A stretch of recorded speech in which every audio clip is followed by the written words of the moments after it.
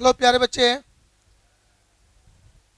आज बहुत दिन के बाद लाइव क्लास ढंग से खोल लेने का प्लान हुआ है, क्योंकि बीच में डिस्टरबेंस हुई थी जिसके कारण का लाइव क्लास डिस्टर्ब हो गया था।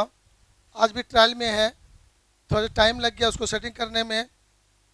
तो चलिए हम लोग आगे बढ़ते हैं और अपने चैप्टर 11 को लेके आगे बढ़ते हैं। मॉडर्न फिजिक्स का चैप्टर 11 हम लोग पढ़ रहे थे, जिसमें हम लोग 2 लेक्चर को कंप्लीट कर लिए हैं और लेक्चर 3 में हम लोग आगे बढ़ रहे हैं, जिसमें हमें पढ़ना है। टॉपिक मैं बता देता हूँ, ये जो भी टॉपिक आपके सामने हो रहे हैं, आज तक जितने भी कोई कम्पिटिटिव एग्ज़ाम हुआ है या कोई भी बोर्ड एग्ज़ाम हुआ है, तो यहाँ से क्वेश्चन रहता है। तो समझिए, मतलब आज का क्लास आपके लिए most important for competition for board, दोनों एग्जाम के लिए महत्वपूर्ण है। हम लोग आइए स्टेप बाय स्टेप सीरियस प्यार से सुनेंगे, गंभीर से देखेंगे। रेडी हैं? चलिए, तो हम लोग का जो आज टॉपिक होगा, 3 पॉइंट पर हम फोकस करेंगे और वो तीनों पॉइंट से रिलेटेड जितने भी थ्योरेटिकल क्वेश्चन आ सकते हैं, जो भी न्यूमेरिकल क्वेश्चन आ सकते हैं, जो भी ऑब्जेक्टिव हो सकते हैं, उस सारे का स्टॉक आपको आज मिलेगा। तो चलिए स्टेप बाय स्टेप सभी क्वेश्चन चलेंगे सीरियली। कोई भी फार्मूला पढ़ेंगे, थ्योरी पढ़ेंगे, उसका तुरंत न्यूमेरिकल भी करेंगे। तैयार हो जाइए एकदम परफेक्ट पढ़ने के लिए और समझने के लिए। तो चलो मैं स्टार्ट कर दूं। चलिए, तो चलिए हम लोग स्टॉपिंग पोटेंशियल पर शुरू करते हैं। आपका स्टॉपिंग पोटेंशियल ये क्या है? शुद्ध हिंदी में इसको कहते हैं प्राचीर विभव, जो कि शुद्ध हिंदी हम लोग दोबारा फिर यूज ना करेंगे, लेकिन हम लोग को सुन लेना चाहिए एक बार। स्टॉपिंग पोटेंशियल, प्राचीर विभव, ये एक्चुअली है क्या? आइए इसको समझने के लिए एक फिगर बनाते हैं और फिगर में तब हम लोग गप करेंगे, तब फिर इसके डिफिनेशन पर आएंगे। राइट, चलिए एक फिगर पर हम लोग आते हैं।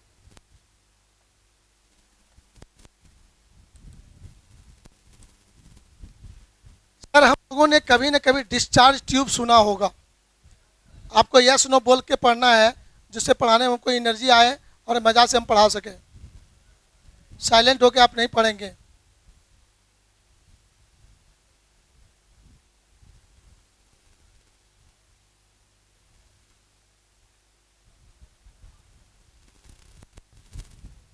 ये एक डिस्चार्ज ट्यूब हो, समझना है कि यहाँ पर एक प्लेट होता है, मेटल प्लेट, और उसके सामने एक दूसरा मेटल प्लेट होता है।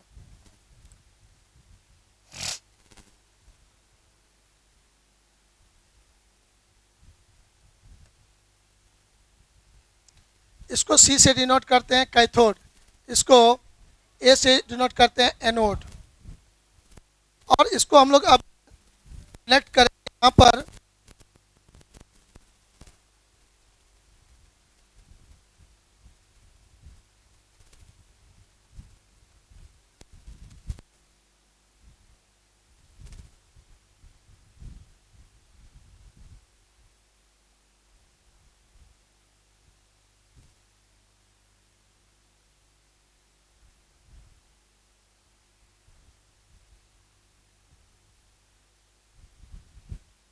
ये सेल हो गया।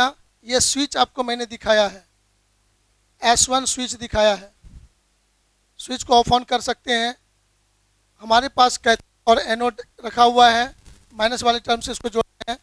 तो यहाँ पर जो पोटेंशियल होगा, ध्यान देंगे गौर से, यहाँ पर जो पोटेंशियल होगा इसको बोलेंगे पॉजिटिव पोटेंशियल।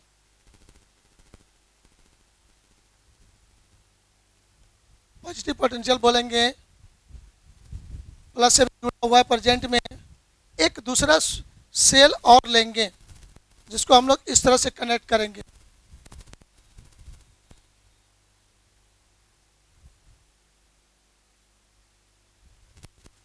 लेकिन इसमें एक और सुविधा रखेंगे, इस तरह का एक सिस्टम बना हुआ रहेगा, जिसको बोलते हैं रियोस्टेट। सिंबल में करते हैं RS से डिनोट, और इसको शुद्ध हिंदी में कहते हैं धारा नियंत्रक। धारा नियंत्रक बोलते हैं। और ये स्विच नंबर 2 हुआ, S2, ये नेगेटिव है, यह पॉजिटिव टर्मिनल है। इस तरह से दो सेल आपको दिखाया गया और सिस्टम से जुड़ा हुआ है। शुरू में इनिशियली स्विच ए को मैं S1 को ऑन करेंगे और इसको ऑफ रखेंगे।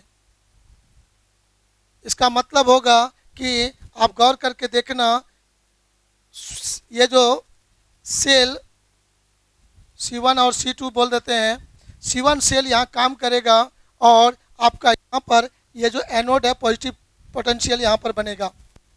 अब एक चीज़ और विशेष रूप से देखेंगे हम लोग यहाँ पर,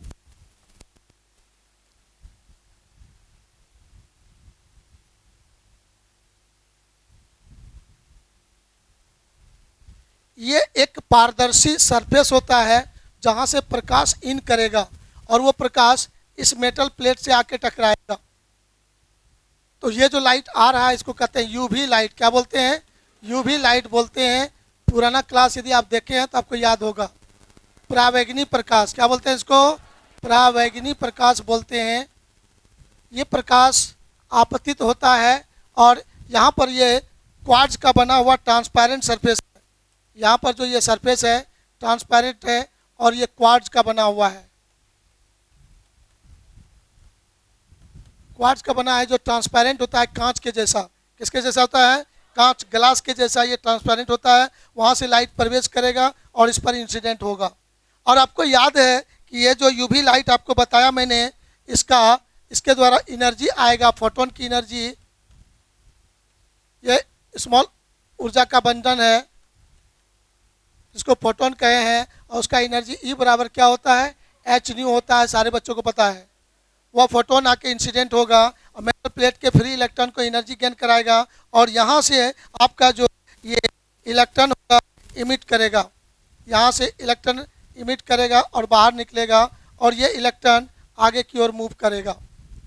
ध्यान देंगे यहाँ पर, आप समझना है गौर से आपको कि ये पॉजिटिव प्लेट हो गया, ये इलेक्ट्रॉन पर नेगेटिव चार्ज होता है, इसको वो अपने ओर अट्रैक्ट करेगा कि नहीं? ये सारे इलेक्ट्रॉन इस दिशा में गति करेंगे और आपको यहाँ पर करंट प्राप्त होगा और इस करंट का नाम आपको याद है फोटो करंट। पर फोटो इलेक्ट्रिक करंट मिलेगा। प्रकाश विद्युत धारा बोलते हैं इसको हिंदी में, फोटो इलेक्ट्रिक करंट यहाँ बोलेंगे इसको।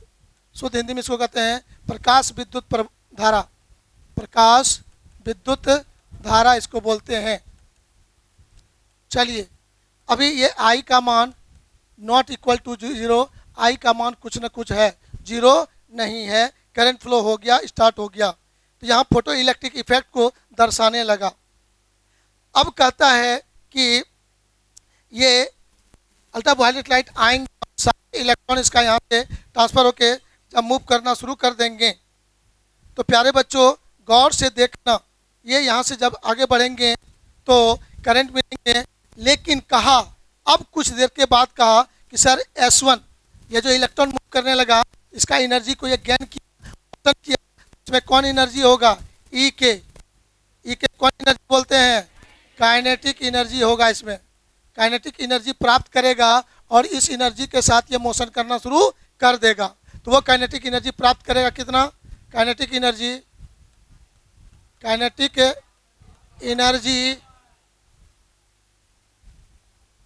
ऑफ फोटो इलेक्ट्रॉन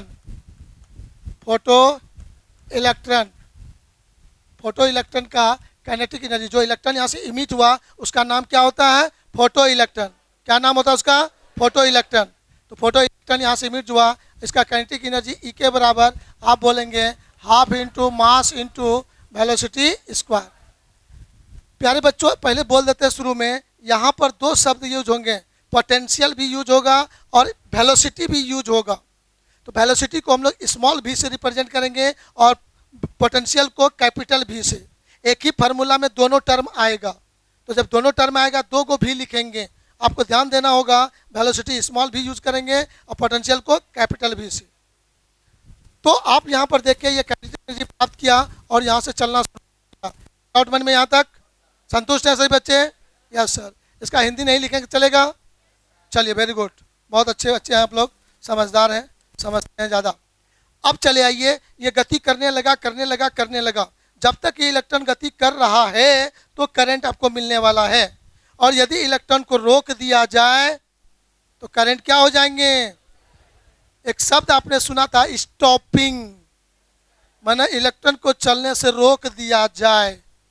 तो अब रोक कैसे दिया जाए आप फील करेंगे गौर से। हम किसी भी बच्चे को ये नहीं कहेंगे ध्यान से सुनो रे देखो रे, आपकी मर्जी, आपकी इच्छा, आपका करियर, आपका भविष्य, बस लगातार स्पीच शुरू हुआ चलते रहेगा जब तक ये सभी पॉइंट खत्म नहीं होगा। आपको बीच में उठना है, जाना है, पेट खराब हो जाए, बेकार हो जाए, वो आप लोग का जिम्मेवारी है। तो इलेक्ट्रॉन चलना शुरू हुआ, अब इस इलेक्ट्रॉन को मुझे रोकना है। रोकने के लिए क्या कंडीशन है, क्या करना पड़ेगा, बुद्धि लगा सकते हैं आप लोग खुद। S1 को ऑफ कर दो, तो क्या कर दो, ऑफ। अब ये ऑफ हो जाएगा सेकेंड स्टेप में, और ये S2 को क्या कर दोगे, ऑन। तब आप देखना गौर से, या यहां पर निगेटिव पोटेंशियल डेवलप हो जाएगा। क्या हो जाएगा, यहां पर निगेटिव पोटेंशियल डेवलप होने लगेगा। जल्दी बोलो, है ना? ये माइनस वाला से कनेक्ट हो जाएगा, राइट। और रियोस्टेट ये एक ऐसा इंस्ट्रूमेंट है जो करंट के वैल्यू को बढ़ा सकते हैं, घटा सकते हैं, इसलिए हिंदी में कहें उसको धारा नियंत्रक, और फुल नेम होता है इंग्लिश में रियोस्टेट, RHEOSTAT। रियोस्टेट फुल है, सिंबल में लिखते हैं RH। तो ये रियोस्टेट का है, मतलब सिंपल बात देखो ना गौर से, बहुत सिंपल है कि रेजिस्टेंस का सिंबल दिखाएं कि नहीं, पॉइंट को आगे पीछे खिसकाएंगे तो रेजिस्टेंस बढ़ेगा घटेगा कि नहीं, तो रेजिस्टेंस चेंज होगा तो करंट का वैल्यू चेंज होगा कि नहीं होगा। सिंपल बात है, बच्चे क्लास में हम लोग सुन चुके हैं। तो जैसे इसको S2 को ऑन करेंगे, S1 को ऑफ कर देंगे, तो यह निगेटिव पोटेंशियल बन जाएगा। और यहाँ पर अब इसके द्वारा इसके पोटेंशियल के वैल्यू को धीरे धीरे बढ़ाएंगे बढ़ाएंगे बढ़ाएंगे, तो ये वैल्यू बढ़ाते जाएंगे बढ़ाते जाएंगे बढ़ाते जाएंगे।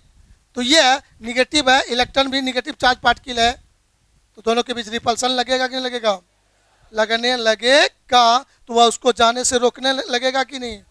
तो सर कहा कि जैसे यहाँ पर रियोस्टेट के द्वारा निगेटिव पोटेंशियल को इंक्रीज करेंगे धीरे धीरे, तो एक समय ऐसा होगा कि यह इलेक्ट्रॉन का गति रुक जाएगा, मतलब वो बैलेंस कर लेगा किसको, इस काइनेटिक एनर्जी को बैलेंस कर देगा, अपोजिट डायरेक्शन में फोर्स लगाकर उसको रोक लेगा। जब तब रोक लेगा तब ये आपका फोटो इलेक्ट्रिक करंट जो है सेकेंड स्टेप में, पहला स्टेप में था I नॉट इक्वल टू 0, पहला स्टेप में था I not equal to 0 current का वैल्यू था। अब सेकेंड स्टेप में हमने देखा निगेटिव पोटेंशियल होगा, I इक्वल टू क्या हो जाएगा, 0 हो जाएगा। तो जैसे I का मान 0 हो गया, मतलब फोटो इलेक्ट्रिक करंट का मान क्या हो गया, 0। अब सुन लीजिए, कहानी खत्म हो गया। तो उस समय निगेटिव पोटेंशियल का वैल्यू कुछ तो होगा कि नहीं, जिस वैल्यू पर करंट का वैल्यू 0 मिल गया, उसी निगेटिव पोटेंशियल के वैल्यू को कहते हैं स्टॉपिंग पोटेंशियल। क्या कहते हैं उसको, क्लियर है, क्लियर है। चलिए, तब पूछा जाता है कि उस स्टॉपिंग पोटेंशियल का वैल्यू कैसे निकालेंगे। तो माय डियर बच्चों, तो इस स्टॉपिंग पोटेंशियल को डिनोट करेंगे V नॉट से। किसे डिनोट करेंगे, V नॉट से। Stopping potential is denoted bye V not. उस V नॉट के कारण हम लोग खूब अच्छा से जानते आ रहे हैं बच्चे क्लास अभी तक में कि सर निगेटिव पोटेंशियल का जो मिनिमम वैल्यू होगा उसको कहेंगे स्टॉपिंग पोटेंशियल, तो जिसके कारण करंट का वैल्यू 0 हो जाता है। तो यहाँ पर हम लोग कह सकते हैं work done by stopping potential. Stopping potential तो आप सारे बच्चे इस ब्रह्मांड में जानते हो कि सर वर्क डन बराबर हम लोग पढ़ लिए हैं, वो कितना लिखोगे, चार्ज इनटू पोटेंशियल डिफरेंस। क्या कहोगे, तो चार्ज ऑफ इलेक्ट्रॉन क्या है, E, और स्टॉपिंग पोटेंशियल का सिंबल क्या लिखा, V नॉट। तो काइनेटिक एनर्जी ये था, इसके साथ वो मोशन कर रहा था और स्टॉपिंग पोटेंशियल का वर्धन हुआ और ये उसको स्टॉप कर दिया, रोक दिया। तो ये उसको बैलेंस कर लिया कि नहीं कर लिया। तो यहाँ पर आराम से कहेंगे kinetic energy equal to work done due to stopping potential. तब मैं कहूँगा फ्रॉम 1 and 2 आप बच्चे आराम से बोलोगे कि sir half mv² equal to E into V not. अब यहाँ से कहेंगे V नॉट का मान बताओ, तो क्या मिलेगा कि नहीं मिलेगा। तो स्टॉपिंग पोटेंशियल V नॉट का वैल्यू आपको मिल जाएगा यहाँ से, और आपका जवाब हो जाएगा हाफ वी स्क्वायर बाय ई। ये हुआ स्टॉपिंग पोटेंशियल के लिए फार्मूला। तो ये सारी चीज़ को हमको लिख लेना है, पहले डिफिनेशन को लिख लेना। रेडी? तो चलिए हम लोग अब 10 सेकंड में डिफिनेशन लिखते हैं, उसके बाद फिर उसको पूरे कैलकुलेशन को लिख लेंगे। रेडी हैं? चलिए, इंग्लिश मीडियम वाला बच्चा जल्दी से लिखिए, फिर हिंदी मीडियम वाला लेक्चर लिखेंगे। तो कहता है द मिनिमम निगेटिव पोटेंशियल भी नॉट, थोड़ा सा वो बड़ा लिखा गया ऊपर में, वो टाइपिंग मिस्टेक है। तो भी नॉट अप्लाइड टू प्लेट और anode A for which photo electric current becomes zero is called cut off potential. इसका दूसरा भी नाम है कट ऑफ पोटेंशियल और स्टॉपिंग पोटेंशियल। दो नाम है इसका, स्टॉपिंग पोटेंशियल बोलो या कट ऑफ पोटेंशियल बोलो। तो हिंदी में हम लोग कह सकते हैं, हिंदी में इसको कैसे लिखोगे? जिस ऋणात्मक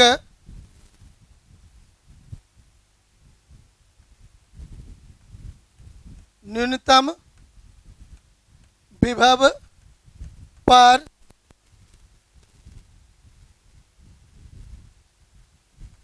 प्रकाश विद्युत धारा का मान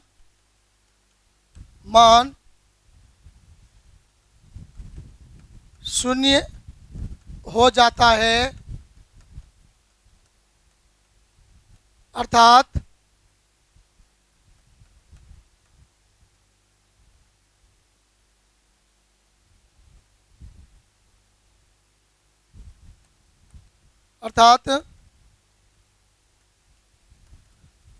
इलेक्ट्रॉन का गति रुक जाता है, कॉमा प्राचीर विभव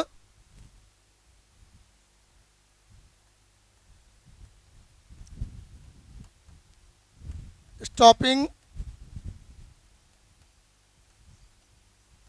पोटेंशियल आता है। इसे भी नॉट से सूचित किया जाता है, इसे भी नॉट से सूचित किया जाता है। नोट कर लीजिए जल्दी से।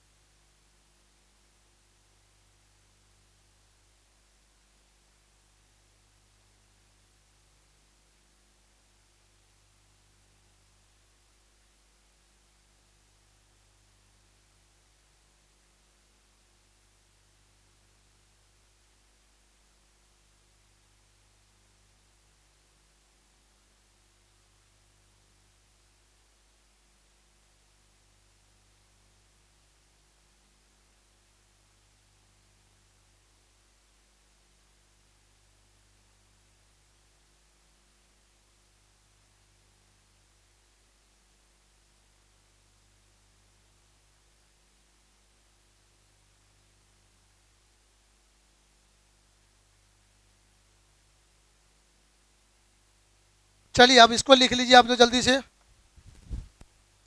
पूरा एक्सप्लेनेशन यहाँ पर है, स्टॉपिंग पोटेंशियल का वैल्यू कितना है, इस तरह से लिखेंगे। जल्दी लिख लीजिए इसको।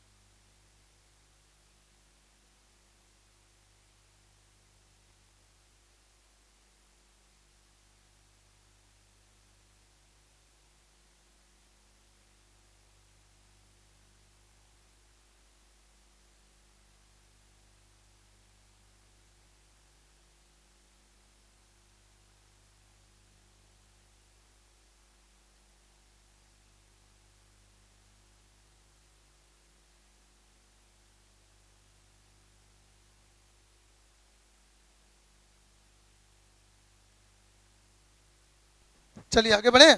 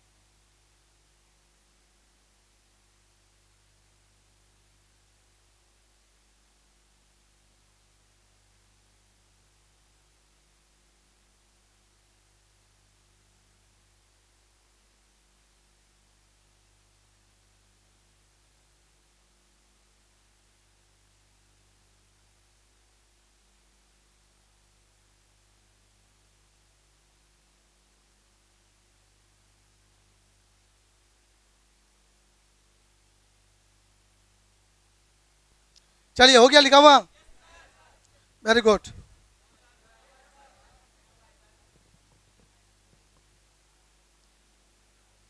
मैंने शुरू में ही बोल दिया था आपको लिखना है लिखिए, पढ़ना है पढ़िए, बैठना है बैठिए, पेट खराब हो गया जा सकते हैं, जाना है तो जाइए। जब सब बात बोल दिया बीच में कुछ नहीं पूछना है आपको, आपकी मर्जी, आपकी इच्छा, आपकी स्वेच्छा, बस ये क्लास चलेगा। सभी तीनों पॉइंट क्लियर जब हो जाएगा तब आपको छुट्टी हो जाएगा। जिसको बहुत इमरजेंसी बीच में होगा बिना कहे चुपचाप साइड पकड़ के निकल जाइएगा पतली गली से। हमसे ना पूछना है ना टोकना है ना कुछ बोलना है।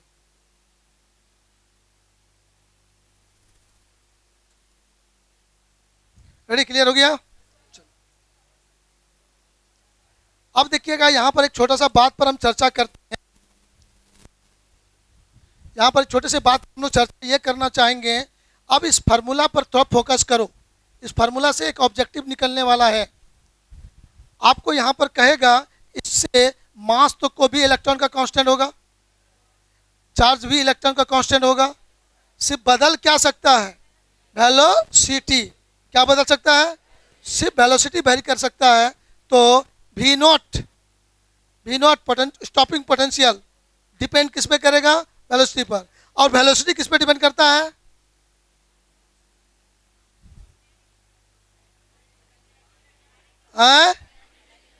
काइनेटिक एनर्जी कौन देता है, इंसिडेंट रेडिएशन का फ्रीक्वेंसी, फोटोन उसको एनर्जी देता है। अब फोटोन का एनर्जी किस पे डिपेंड करता है, फ्रीक्वेंसी पर। किस पे डिपेंड करता है, तो objective question, stopping potential depends upon frequency but does not depend upon intensity of light. Right, तो ये लाइन आपको लिखने के लिए तैयार है, V not proportional to V square. कर सकते हैं कि नहीं कर सकते हैं, राइट। तब आप लोग एक लाइन लिख लीजिए जल्दी से, बोल के लिखा हुआ है।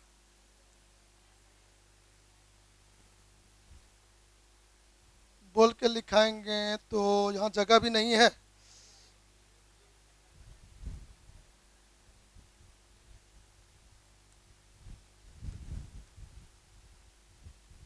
चलिए जगह बना लेते हैं।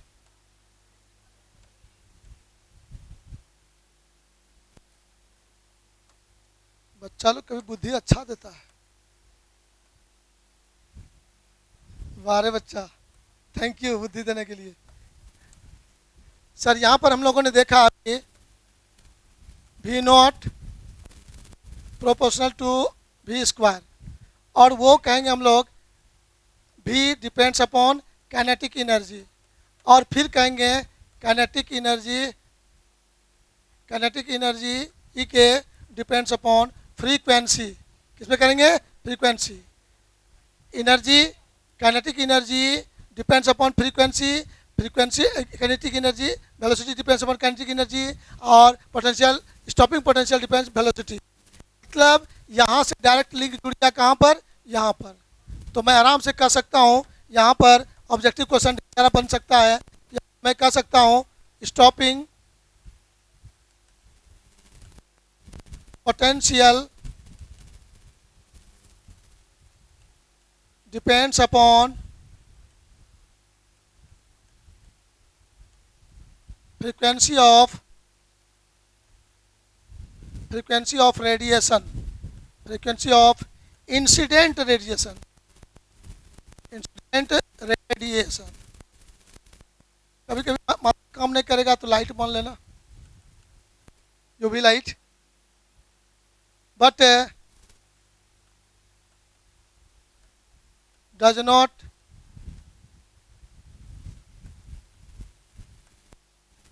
depend upon intensity of light। अब हमारे जो बच्चे शुद्ध हिंदी लिखने वाले हैं, स्टॉपिंग पोटेंशियल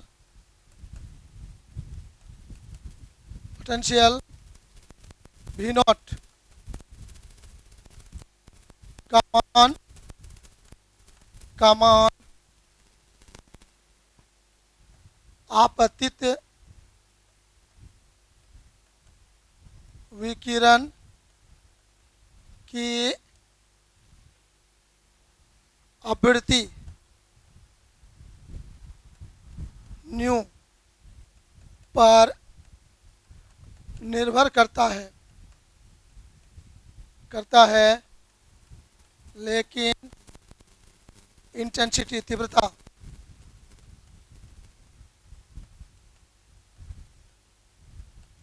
इंटेंसिटी पर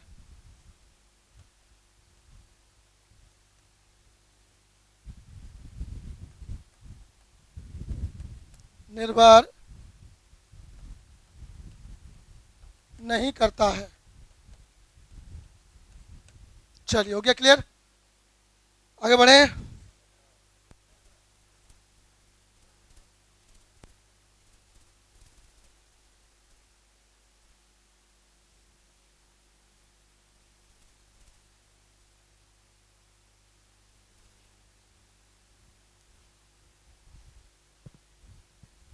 मतलब यहाँ पर हमारा जो कभी ऑब्जेक्टिव न्यूमेरिकल टाइप का ऑब्जेक्टिव आ जाएगा, क्या आ सकता है?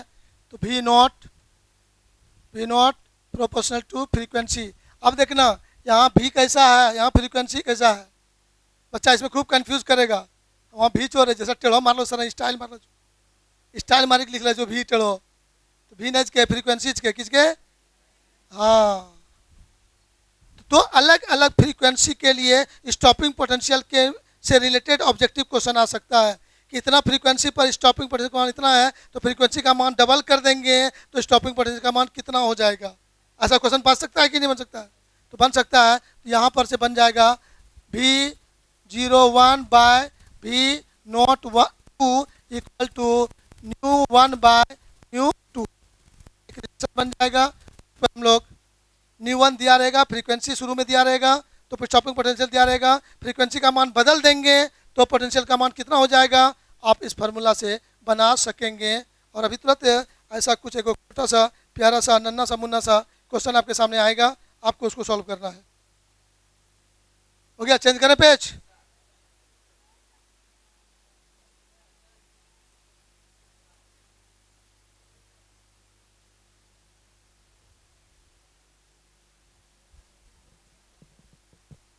बहुत लंबा गप है, तेजी से हाथ चलाइए, तेजी दिमाग चलाइए।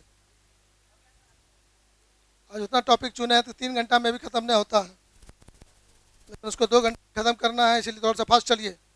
चलिए, एक न्यूमेरिकल सामने रख रहा हूँ मैं, आपको जल्दी से बनाना है न्यूमेरिकल। जो अभी तक पढ़े लोग उससे रिलेटेड एक न्यूमेरिकल बनाना। रेडी है? चलिए लिखिए, न्यूमेरिकल लिखिए।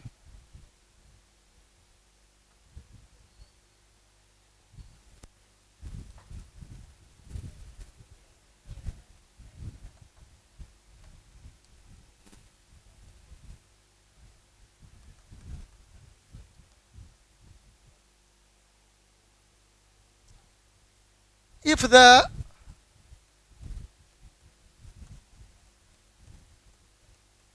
photoelectric cut off voltage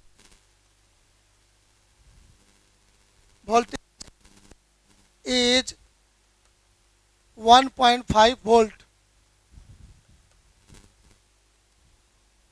then find the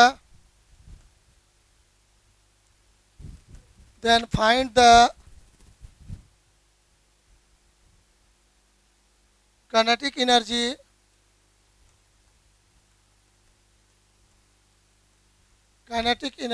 of the photo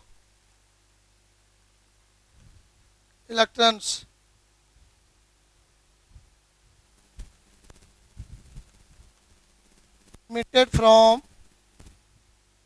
emitted from the surface.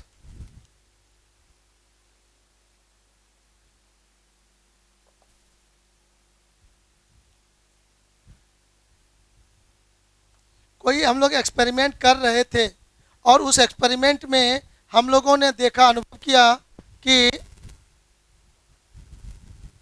Stopping potential का मान 1.5 वोल्ट है। तो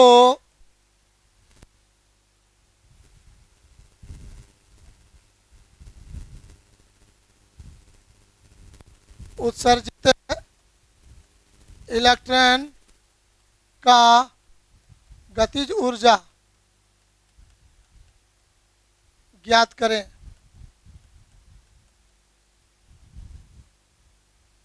ये मैंने आपको डायरेक्ट जो अभी थ्योरी बताया था उसी पे सवाल पूछ दिया है, उसको यूज करने के लिए।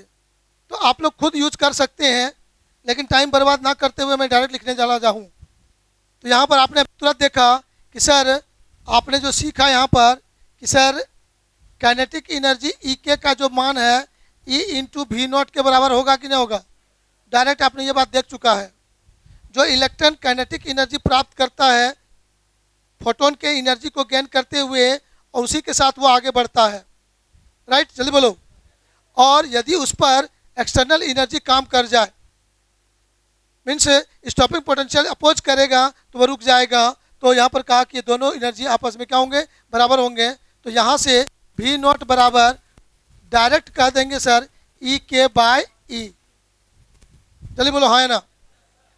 तो हम सारे बच्चों को जो ये जवाब मिलेगा, सॉरी वी नॉट नहीं निकालना है, काइनेटिक एनर्जी ही निकालना है।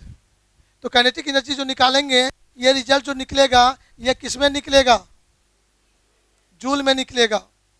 लेकिन आप लोगों ने कई बार लाइफ में सोच चुका कि छोटे छोटे पार्टिकल के एनर्जी को इलेक्ट्रॉन वोल्ट में मापना है। किस में मापना है? वेरी गुड, सारे बच्चे मेरे सेम जवाब दिए। ललन कुमार खुश हुआ। E into V not by 1.6 into 10 power minus 19 जैसे करेंगे तो यह किस में कन्वर्ट हो जाएगा, इलेक्ट्रॉन वोल्ट में कन्वर्ट हो जाएगा। राइट। तो अब इसका जवाब आप लोग के पास डायरेक्ट मालूम है। देखिएगा कैसे ऑब्जेक्टिव क्वेश्चन इसे पूछेगा। तो ई का मान सबको पता है क्या होता है सर। अब पी नॉट का मान 1.5 बाय 1.6 इंटू 10 पावर माइनस 19, तो ये गया काम से। तो तुम्हारा ई के बराबर 1.5 इलेक्ट्रॉन वोल्ट हुआ कि नहीं हुआ? तो ये आंसर हुआ। मतलब माय डियर बच्चों, ऑब्जेक्टिव क्वेश्चन पूछता है तो स्टॉपिंग पोटेंशियल का वैल्यू काइनेटिक एनर्जी का मान इलेक्ट्रॉन वोल्ट के बराबर हो। ये लाइन याद रख लीजिए, डायरेक्ट ऑब्जेक्टिव क्वेश्चन का जवाब हो जाएगा। और बोर्ड एग्जाम जितना दीजिएगा दुनिया में, सभी बोर्ड एग्जाम में ये क्वेश्चन ऑब्जेक्टिव आपको भेटा जाएगा। खाली याद रखिएगा, मैं बोल चुका हूं शुरू में कि आज का क्लास आपको बहुत नंबर देगा।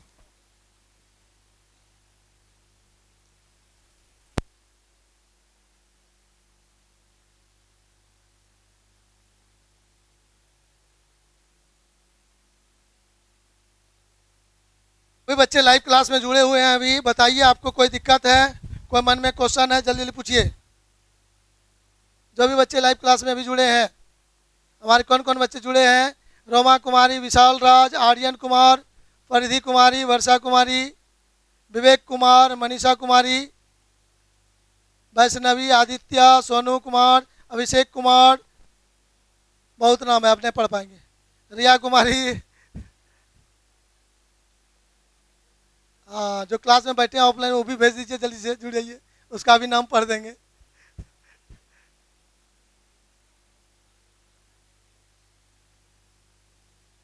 चलिए आगे बढ़े। तो एक थ्योरी के बीच में एक छोटा सा ऑब्जेक्टिव क्वेश्चन आ गया। अब हम लोग टॉपिक चेंज करेंगे, रेडी हो जाइए। एक पॉइंट पर मैंने डिस्कस किया, ये पॉइंट मेरा कंप्लीट हुआ, स्टॉपिंग पोटेंशियल। अब दूसरा पॉइंट स्टार्ट करेंगे और वो पॉइंट आएगा हमारा फोटोन, प्रॉपर्टीज ऑफ फोटोन पर। हम तो चलते हैं आगे, जल्दी रेडी हो जाइए।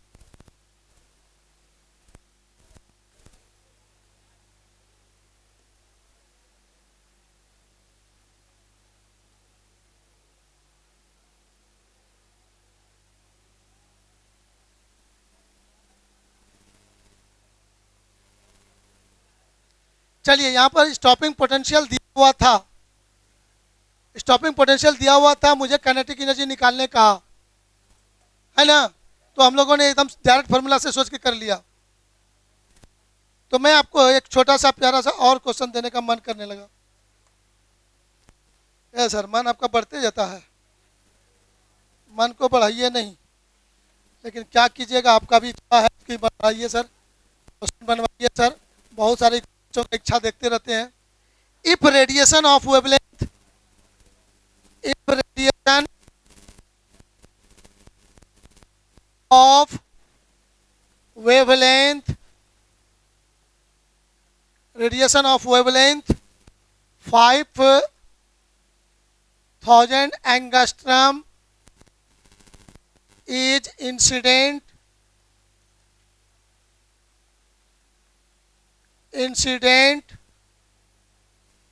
on a surface of work function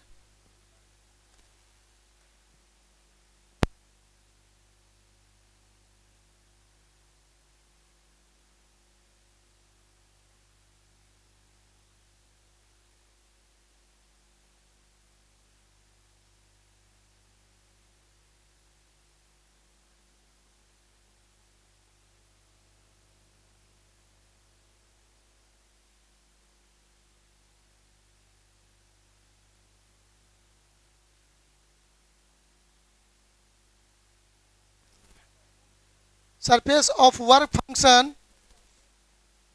function 1.2 electron volt. Find the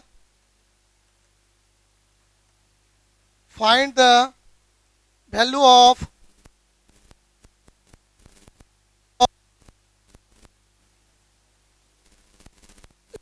potential.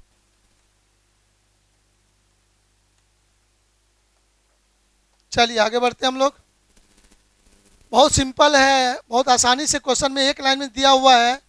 इस बार किरण का तरंग दैर्घ्य दिया हुआ है। यदि विकिरण का तरंग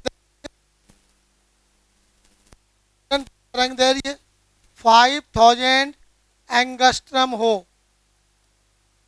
तो एकदम शॉर्ट में हो, और मेटल सरफेस का कार्य, तो हम लोग कार्यफलन इंग्लिश में लिखना चाहिए। हाँ, वर्क फंक्शन, सही है में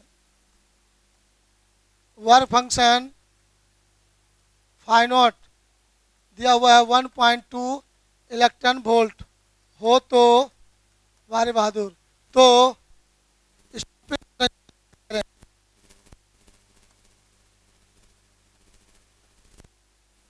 स्टॉपिंग पोटेंशियल ज्ञात करें। वाह, देखेंगे इसमें कुछ बच्चे के पास कितना ब्रेन अधिक है। कौन मनसुआ लगाओगे, क्या करोगे, क्या सोचोगे? दो तीन चीज़ को मिक्स करके बताएंगे। यहाँ पर पंखा चलाना है, गर्मी लग रहा है।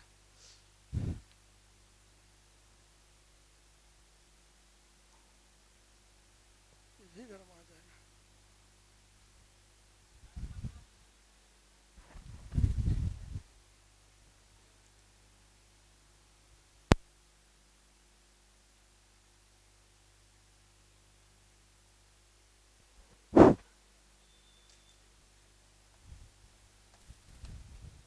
अब चले आइए यहाँ पर दो तीन पॉइंट।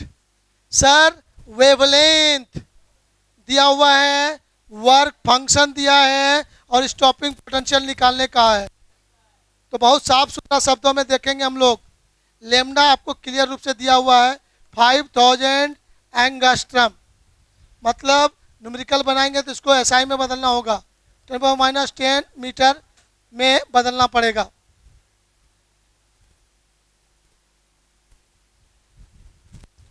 लेमडा का मान, और फाई नॉट तो आपको वर्क फंक्शन दिखिए रहा है 1.2 इलेक्ट्रॉन वोल्ट है।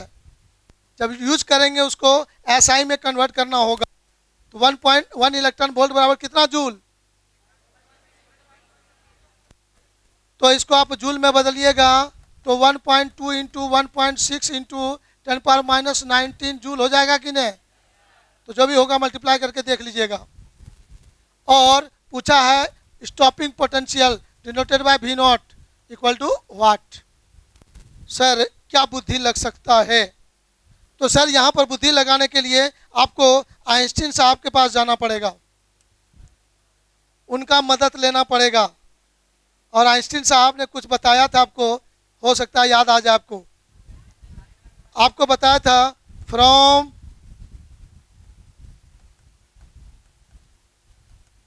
आइंस्टीन्स फोटो इलेक्ट्रिक इक्वेशन, आपको याद होगा कुछ उन्होंने बताया था काइनेटिक एनर्जी के बारे में। ई के बराबर, वो हमको पता है कितना याद है आपको, ई के बराबर H nu minus phi not, right. अब देखेंगे गौर से, ई के बराबर कुछ देर पहले पेज चेंज करके दिखाते हैं आपको।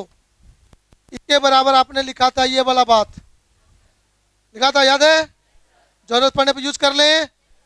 हाँ, जैसे काइनेटिक एनर्जी कहीं मिले दिया हुआ है और स्टॉपिंग पोटेंशियल का चर्चा है वहां, तो तुरंत आपका दिमाग इस लाइन पर आ जाना चाहिए। इको को हटाएंगे, ई इंटू वी नॉट लिखेंगे, तो तुमको यहाँ पर स्टॉपिंग पोटेंशियल निकालना है वी नॉट, तो तुमको यहाँ पर लेमडा भी नहीं दिख रहा है फॉर्मूला में, और आपको वी नॉट भी नहीं दिख रहा है फॉर्मूला में, लेकिन वर्क फंक्शन आइंस्टीन वाला इक्वेशन में है, इसीलिए हमको उसका सहारा लेना पड़ा। तो जैसे सहारा लिए तो अभी बेसहारा हम लोग हो गए, क्योंकि ना तो लेमडा दिख रहा है ना तो वी नॉट दिख रहा है। तो सहारा बनने के लिए पिछलका लाइन याद है हमको, ई इंटू वी नॉट बराबर एच सी बाय लेमडा, अभी आ गया माइनस फाई नॉट। आगे का काम स्वयं करेंगे।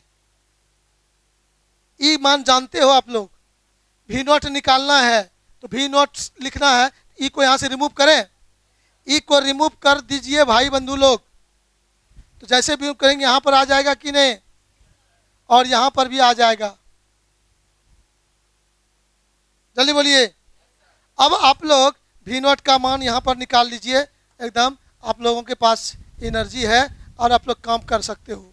तो वी नॉट बराबर काम करोगे तो एच का मान सबको याद होता है 6.62 into 10 power minus 24,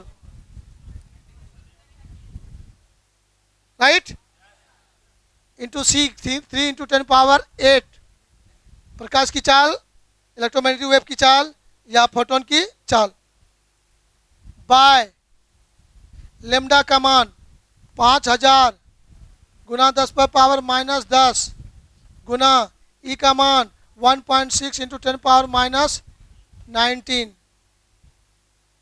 minus phi nought by E.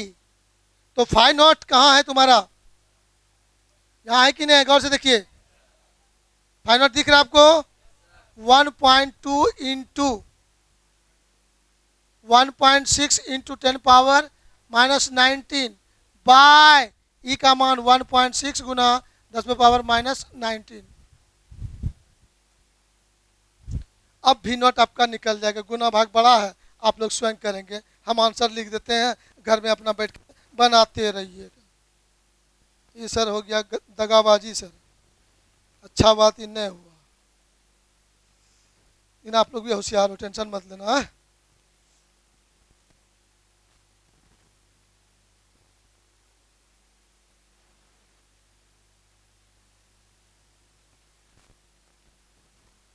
According to book या क्वेश्चन आंसर है तुम्हारा 1.28 वोल्ट। अब आप लोग अपने रूम में बैठ के आराम से प्यार से सॉल्व करके देखते रहिएगा। मुझे स्टेप सिखाना था, क्या किस स्टेप में किसी बच्चों को दिक्कत, जोश में नहीं दिख रहा है, स्टेप में किसी बच्चों को तकलीफ, संतुष्ट हैं पूरा 100%? चलिए तब तो कोई दिक्कत नहीं, आगे बढ़िए।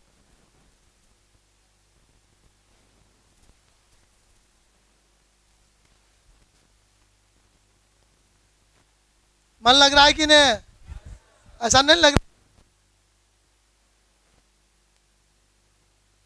हाँ, जिनको लगे कि मेरा दिन बर्बाद हो रहा है तो रास्ता उधर पीछे में रास्ता खुलल है, जा सकते हैं। अंजय कुमार को कुछ पूछना है क्या जी? क्या रे अंजय कुमार, कुछ पूछना चाहते हो, बोलो।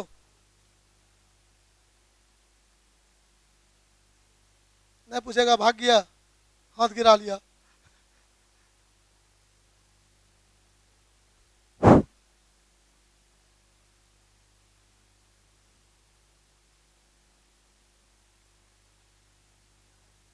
चलिए एक दूसरे बच्चे तैयार हैं यहाँ पर, हाथ उठा उठा गिरा लेता, क्या बात है रे?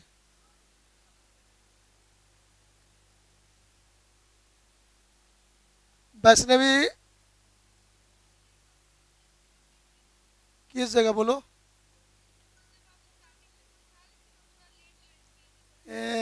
गंदी बात।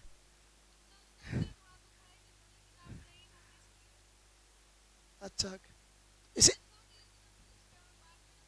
हाँ चलो ठीक है, हो जाएगा, एकदम सिंपल है, हो जाएगा, कोई दिक्कत नहीं।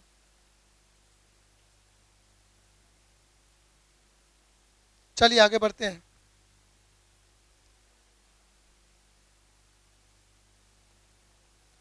आइए अब हम लोग आते हैं फोटोन के बारे में, प्रॉपर्टी ऑफ फोटोन पर पढ़ाई करेंगे। तो यहाँ पर सिंपल बात है, आइए गौर से उसको देखिए क्या लिखा हुआ है।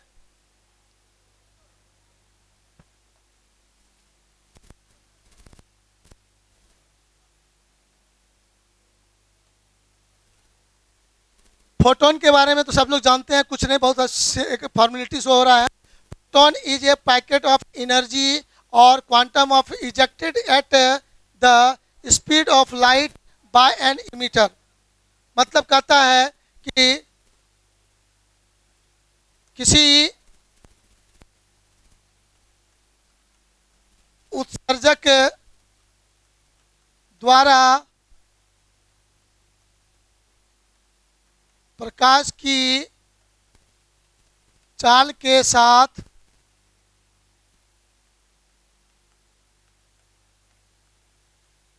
उत्सर्जित उत्सर्जित ऊर्जा के बंडल को फोटोन कहा जाता है। चलिए, और प्रत्येक फोटोन का एनर्जी का कितना वैल्यू होता है ये सबको पता है। तो यहाँ पर ध्यान दीजिएगा, कंफ्यूजन हो तो इससे समझिएगा। ई बराबर एच न्यू, ये हम लोग बहुत दिन से सुनते आ, यहाँ पर थोड़ा लिखा हुआ है, सिंबल में गड़बड़ लगता है, इसको आप रफ मान लीजिए। ई बराबर एच न्यू मानेंगे, where nu is frequency of incident radiation. चलिए, इसमें समय बर्बाद नहीं करना है। मैंने कहता है कि उस ऊर्जा का बंडल का, प्रत्येक बंडल का ऊर्जा कितना होगा, प्रत्येक पैकेट का ऊर्जा कितना होगा, तो उसका वैल्यू होगा ई बराबर एच न्यू। क्या होगा? ई बराबर एच न्यू। ये पता है, चलो इसमें टाइम बर्बाद नहीं करना है। ऊपर वाला एक लाइन लिख लिया। चलिए, अब इसके प्रॉपर्टी पर हम लोग चलते हैं। किस पर चलेंगे? प्रॉपर्टी पर चलेंगे, और उसके प्रॉपर्टी को हम लोग लिखेंगे और एक एक करके समझेंगे। प्रत्येक लाइन में ऑब्जेक्टिव क्वेश्चन होगा। 2 मार्क्स का क्वेश्चन यहाँ पर से आता है, right properties of photon. 2 marks का क्वेश्चन आएगा, तो 10-12 पॉइंट आपको मिलेंगे। अभी 4 पॉइंट, यानी 4 पॉइंट को आप वहाँ पर राइट डाउन कर देंगे। किस किस पॉइंट को लिखेंगे परीक्षा में, जो अच्छा नंबर आएगा वहाँ टिक मार देंगे, आप उस पॉइंट को नोट कर लेंगे। राइट, बाकी ऑब्जेक्टिव प्रत्येक लाइन से ऑब्जेक्टिव रहेगा। 2 मार्क्स में कोई 4 पॉइंट लिखना है एग्जाम में आपको। बढ़ जाए आगे।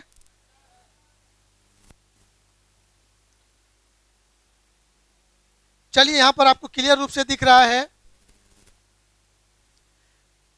वही सब का वर्णन यहां पर किया हुआ है। Where H is Planck's constant, सबको पता है, जिसका वैल्यू फिक्स है। आपको एनर्जी ऑफ एन फोटोन, देना गौर से, एन फोटोन यहां पर बोला गया है।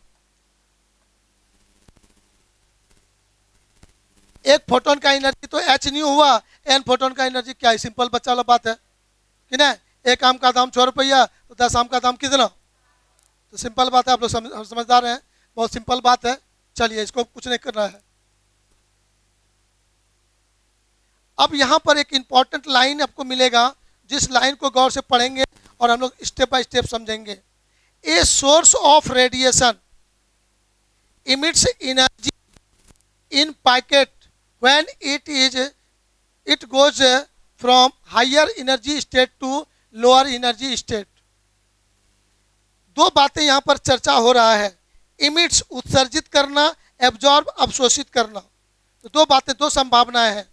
तो आप गौर से देखेंगे, केमिस्ट्री में एटॉमिक स्ट्रक्चर का स्टडी किए होंगे, तो वहाँ पर इलेक्ट्रॉन जो ऑर्बिट जंप करता है तो एनर्जी लेता है और फिर जंप करता है, और यदि इलेक्ट्रॉन अपने से जंप करता है तो वहाँ पर भी एनर्जी को रिलीज करता है, और देते हैं तो भी जंप करता है। तो दोनों तरह की बातें होती है। यहाँ पर कह रहा है a source of radiation emits energy in packets when it goes from higher energy state to lower energy state. जब हाई एनर्जी लेवल से लो एनर्जी लेवल में जाएगा तो वह एनर्जी को उत्सर्जित करेगा, और लेकिन लो एनर्जी लेवल से हाई में जाने के लिए हमें एनर्जी बाहर से देना पड़ेगा, तो वह एनर्जी एब्जॉर्ब करेगा। वही यहाँ पर कह रहा है, absorbs energy in packets when it goes from lower energy state to higher energy state. तो इसको जो हिंदी मीडियम वाले बच्चे हैं, जल्दी से एक लाइन में लिख लीजिए, ऑब्जेक्टिव क्वेश्चन यहाँ से आने का चांस रहता है।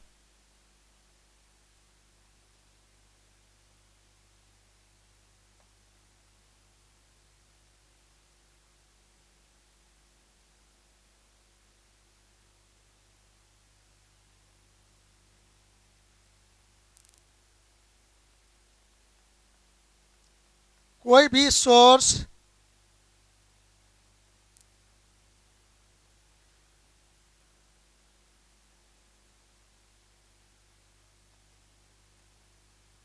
हाई एनर्जी लेवल से लो एनर्जी लेवल में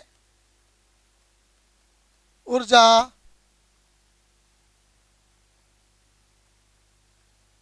उत्सर्जित करता है। लेकिन ध्यान देंगे,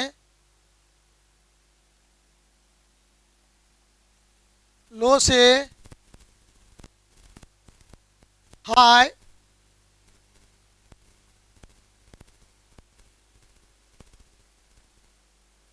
एनर्जी लेवल में जाने के लिए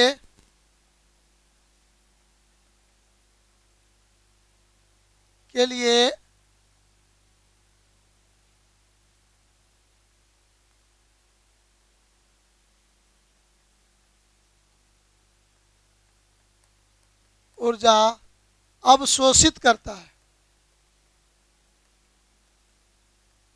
तो सिंपल बात है, ये आप एटॉमिक स्ट्रक्चर के थ्योरी के अध्ययन में पढ़े होंगे 11th में, नहीं तो फिर आपका जो मॉडर्न फिजिक्स का है एटॉमिक स्ट्रक्चर है, जिसमें हम भी आपको यहाँ डिस्कस करेंगे। लिख लिया बाबू? एक फोटोन का एनर्जी कितना? H nu. एन फोटोन का एनर्जी कितना? N H nu. बहुत सिंपल बात है, इसमें कहीं कोई बुद्धि नहीं लगाना है, बहुत ज़्यादा हेडेक नहीं लेना है। आगे बढ़ूँ? चेंज करूँ पेज? चलिए,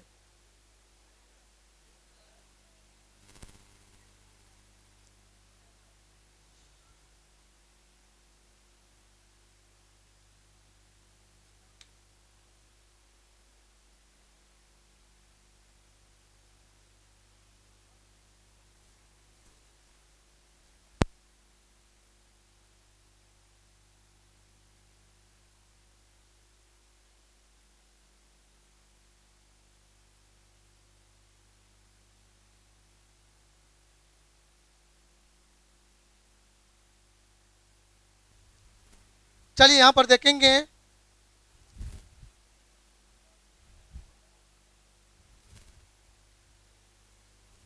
kinetic mass of a photon is m equal to, इसको यहाँ पर लिखते हैं, फोटोन का गतिक मास द्रव्यमान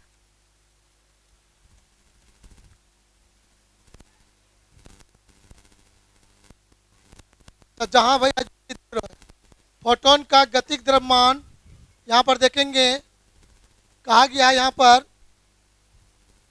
m बराबर E bye C square.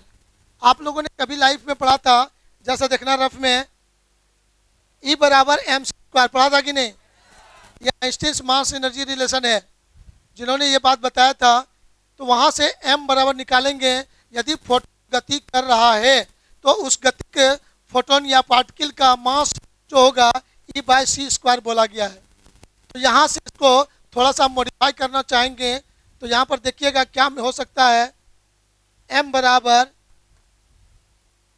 E के बदले हम लोग लिख सकते हैं, गौर करके देखिएगा, एच सी प्लस कॉन्स्टेंट के अनुसार, सॉरी एच सी ने एच न्यू, क्या लिखेंगे? H new bye C square, है कि नहीं है? और फिर देखोगे गौर से, एच और न्यू के बदले लिखेंगे सी बाय लेमडा, जल्दी बोलो हाँ या ना, और बाय सी स्क्वायर, तो सी सी कैंसिल होगा कि नहीं? तो यहाँ पर मिलेगा सर आपको, यहाँ पर मिलेगा H by C into 1 by lambda. मतलब यहाँ पर एक नया निष्कर्ष मिला आपको कि sir kinetic mass of particle या photon equal to H C by into 1 by lambda. तो यहाँ पर कहोगे mass is inversely proportional to lambda.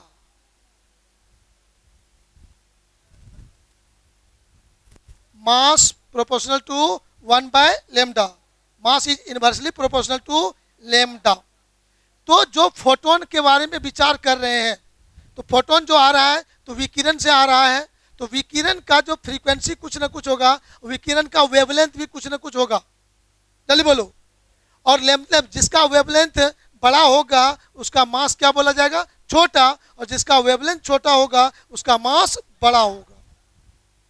तो यहाँ पर मास वेवलेंथ के अनुसार डिसाइड कर लेते हैं हम लोग आराम से। चूंकि एक चीज आगे देखेंगे जाके, यहाँ पर एक पहला दूसरा पॉइंट इमिट होता हुआ दिख रहा है, उसको हम लोग जैसा अलग पेज में लिख लेते हैं। पहला पॉइंट दूसरा पॉइंट ओवरलैप हो गया, यहाँ पर मिस्टेक हो गया है, तो उसको हम लोग अलग से कर लेते हैं। ठीक है, रेडी हैं आप लोग? पहले इसको लिख लीजिए जल्दी से, पॉइंट नंबर आगे पीछे कर दीजिएगा, कोई बात नहीं। इसको आप लोग पहला पॉइंट ही लिख दीजिए। इसको क्या लिख दीजिएगा? फर्स्ट नंबर लिख दीजिएगा। इसको आप लोग लिख दीजिएगा सेकेंड नंबर। ठीक है, और इसके बाद हम लोग थर्ड फोर्थ कर लेंगे पेज चेंज करके। राइट, तो चलिए फर्स्ट नंबर में आपने ये देखा कि फोटोन यदि है तो उसका मास, काइनेटिक मास किस पर डिपेंड करता है? चलिए बोलो। वेवलेंथ पर। किस पर डिपेंड करता है? जो विकिरण आ रहा है उस विकिरण का जो एनर्जी है पार्टिकल के रूप में है, तो उस पार्टिकल का काइनेटिक एनर्जी जो भी है, या उस पार्टिकल का मास पर चर्चा किया जा रहा है। तो गतिशील फोटोन है तो उसका मास उस समय क्या होगा, तो उसको हम लोग कह रहे हैं कि वह वैल्यू लेमडा पर डिपेंड करेगा। किस पर करेगा? दो फोटोन के दो बारे में बात कर दिया जाए, दो फोटोन के बारे में, और एक का वेवलेंथ दे दे 5000 और दूसरे का वेवलेंथ दे दे 6000, तो किसका मास अधिक होगा? तो 5000 वाले का मास अधिक होगा। मतलब इस लाइन से हम लोग अपने आप को चेंज करके लिख सकते हैं m1 by m2 equal to lambda 2 by lambda 1। यहाँ से इस तरह के ऑब्जेक्टिव क्वेश्चन को हम लोग एक्सप्लेन कर सकेंगे।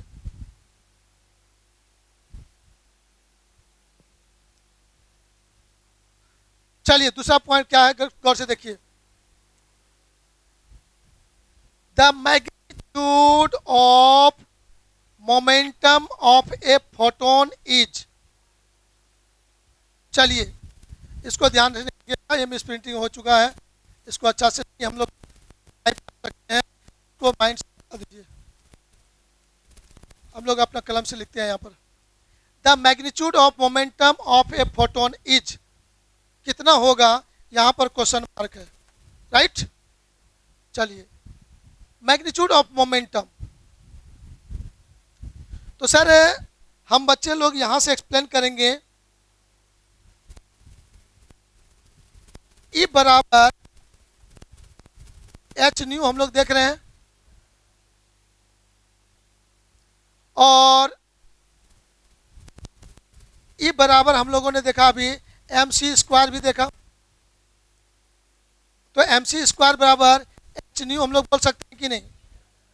गौर करके देखना, M into C square equal to H C by lambda ले सकते हो। कहाँ से आया? कहाँ से आया? गौर से देखिएगा, कहाँ से आया बाबू? Sir we know that speed C equal to nu lambda, याद होगा आपको वर्षक। तो वहाँ से न्यू बराबर क्या हो जाएगा? सी बाय लेमडा। मानेंगे हम लोग? कंफर्म? चलिए उसी का मैंने यहाँ पर यूज कर लिया। अब देखो एक सी कैंसिल हो जाएगा कि नहीं? ये सी का स्क्वायर चला गया, ये सी चला गया, तो बचा क्या? M into C. और सारे बच्चों को पता होगा mass into velocity equal to momentum, mass into velocity equal to momentum. तो momentum is denoted by P, जल्दी बोलोगे हाँ या ना? P equal to H by lambda. फिर चले आओ गौर से, P equal to H by lambda, यही P तुम्हारा क्या हुआ? मोमेंटम। मोमेंटम का सिंबल P है कि नहीं है? तो P बराबर हो गया एच बाय लेमडा। तो ये बातें हो गया। तो हिंदी में लाइन लिखे हैं, लिख देते हैं, फिर भी तुम लोग भी क्या कहोगे? फोटोन के संवेग का परिमाण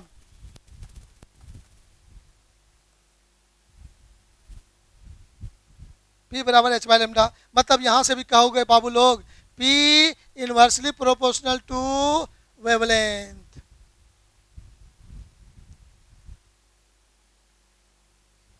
किसी भी विकिरण का वेवलेंथ अधिक होगा तो उसका मोमेंटम क्या होगा, कम होगा।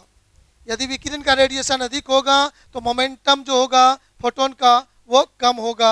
मतलब लेमडा इंक्रीजिंग ऑर्डर में होगा तो मोमेंटम डिक्रीजिंग ऑर्डर में, लेमडा डिक्रीजिंग ऑर्डर में तो मोमेंटम का मान इंक्रीजिंग ऑर्डर में। लेमडा बढ़ेगा तो पी घटेगा, लेमडा बढ़ेगा तो पी घटेगा। चलिए आइए इस बात को ध्यान दीजिएगा। पेज चेंज करते हैं फिर हम लोग आगे बढ़ते हैं। हो गया लिखा हुआ? नहीं हुआ? वेरी गुड, जल्दी लिखिए।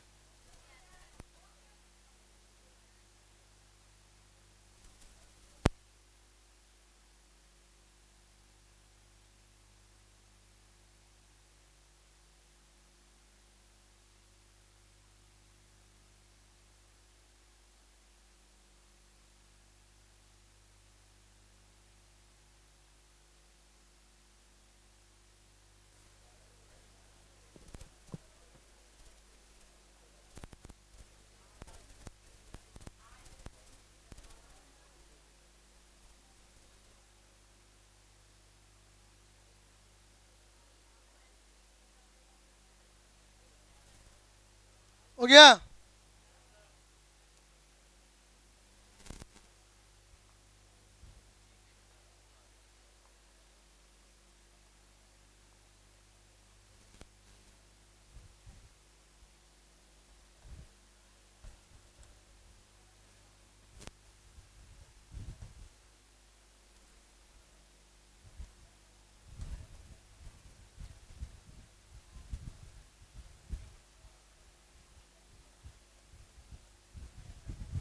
Speed of photon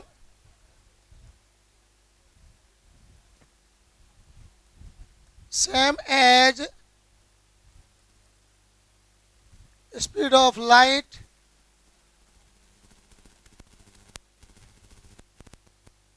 vacuum।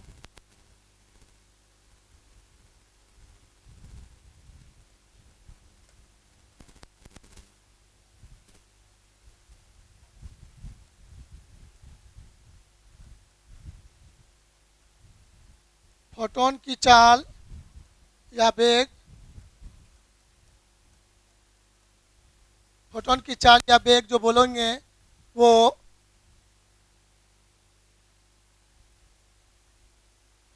निर्वात में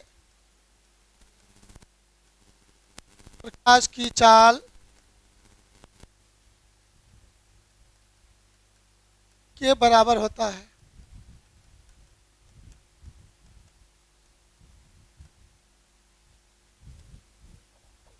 बहुत सिंपल बात है, तो सब जानिए रहे, लेकिन प्रॉपर्टी में लिखने आता है तो हम लोग इसको फोटोन की प्रॉपर्टी के में इसको कहेंगे। नंबर 4 में हम लोग क्या करें, जैसा पेज आगे बढ़ा के देखना होगा, एक सेकेंड।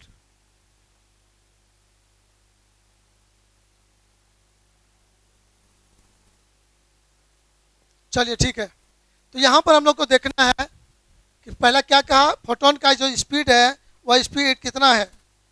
तो हम लोग देखेंगे कि इलेक्ट्रोमैग्नेटिक वेव, क्या बोले थे हम लोग कभी लाइफ में, इलेक्ट्रोमैग्नेटिक वेव, जो रेडिएशन हमारे अर्थ तक आ रहा है वह इलेक्ट्रोमैग्नेटिक वेव है या इलेक्ट्रोमैग्नेटिक रेडिएशन बोलेंगे। उसका स्पीड वैक्यूम में किसके बराबर है, जो लाइट का स्पीड हम लोग पढ़ते आ रहे हैं बच्चे से उसके बराबर है। ठीक है ना? तो यहाँ पर वही चीज़ बोला जा रहा है। अब उसके बाद बोला जा रहा है कि मास के बारे में, जब किसी पार्टिकल को हम लोग मूव कराते हैं तो उसका मास कांस्टेंट होता है, लेकिन कहा जा रहा है कि नहीं, यदि आप स्पीड ऑफ लाइट के बराबर स्पीड से यदि किसी पार्टिकल को मूव कराएंगे तो उसका मास चेंज हो जाएगा, तब जो उसका मास है कांस्टेंट नहीं रहेगा।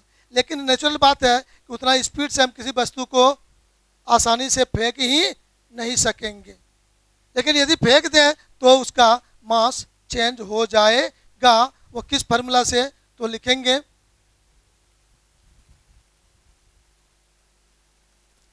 मास ऑफ फोटोन, और पार्टिकल भी बोल सकते हैं,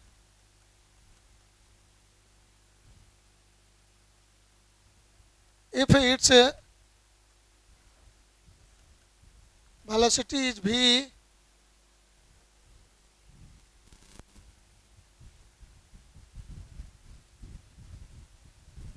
v वेग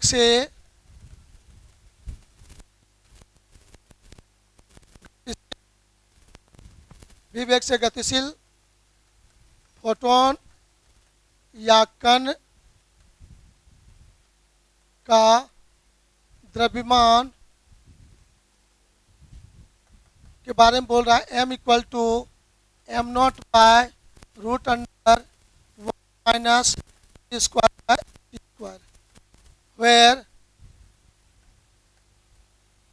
c हमारा फिक्स्ड है, सबको पता है, और v हो गया तुम्हारा यहाँ लिखा हुआ है, v वेलोसिटी है, m बराबर M not by one minus V square by C square. वहाँ v क्या है? वेलोसिटी ऑफ पार्टिकल या फोटोन है। c क्या है? स्पीड ऑफ लाइट है, जिसको हम लोग पहले बच्चे क्लास से जानते आ रहे हैं। m नॉट को क्या बोला गया है? Rest mass. क्या बोला गया है? रेस्ट मास बोला गया है। गौर से उसको देखेंगे। वेयर m नॉट इज, ध्यान दीजिएगा गौर से, where m not is rest mass of photon. एक चीज यहां पर देखना गौर से, तो यहां से इसी फार्मूला से m नॉट लिखना चाहें हम लोग तो बराबर क्या लिख सकेंगे? m into root under one minus V square by C square हुआ कि नहीं हुआ?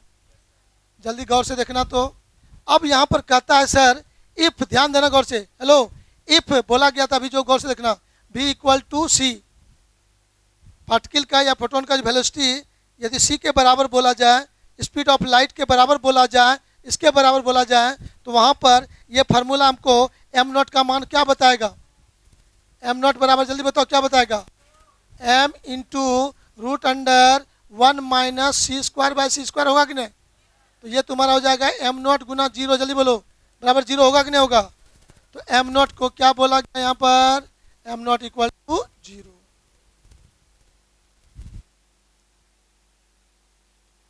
रेस्ट मास जो वर्ड यूज किया गया है, यही इसका मीनिंग निकल रहा है कि स्पीड ऑफ लाइट के स्पीड से यदि किसी पार्टिकल को गति करा दिया जाए तो उसका मास जीरो के लगभग बराबर हो जाता है।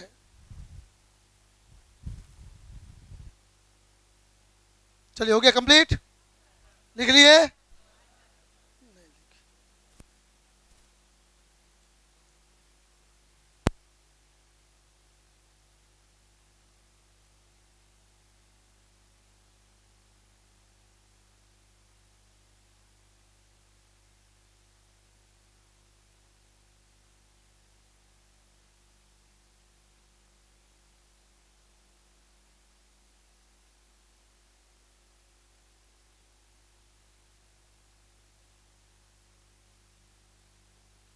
चेंज करूं पेज?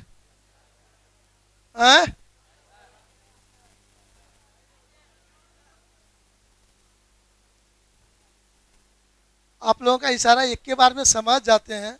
आपका गुरुजी बेवकूफ नहीं है, चिंता नहीं कीजिए, इशारा कीजिएगा, एक बार में समझ जाएंगे कि आप चाहते क्या हैं।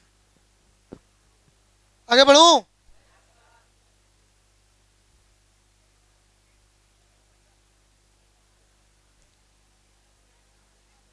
आइए गौर से, बहुत सिंपल बात है, लिख लीजिए जल्दी से। The direction of momentum of a photon is same as that of the direction of radiation. Sir, momentum में दो बातें होती है, मैग्नीट्यूड एंड डायरेक्शन। तो हम लोगों ने देखा फोटोन का मोमेंटम वेवलेंथ पे डिपेंड कर रहा है, मैग्नीट्यूड, लेकिन उसका डायरेक्शन क्या होगा? चूंकि momentum is a vector quantity, तो मैग्नीट्यूड के बाद डायरेक्शन भी बोलना पड़ेगा। तो डायरेक्शन के बारे में बात करें तो सिंपल बात है कि यदि देखो गौर से, विकिरण रेडिएशन इस दिशा में है तो फोटोन भी तो उसी दिशा में गति करेगा। तो इसका मतलब बहुत सिंपल बात है, ऑब्जेक्टिव में फंसा सकता है, बोल सकता है। तो हम लोग भी बहुत पक्के खिलाड़ी हैं, गलती नहीं होगा, आराम से बोल देंगे, राइट?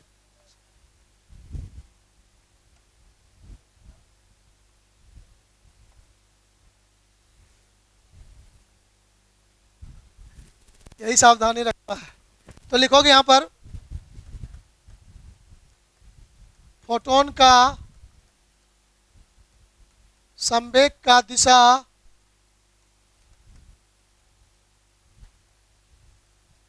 विकिरण के गमन के दिशा में होता है। चलिए,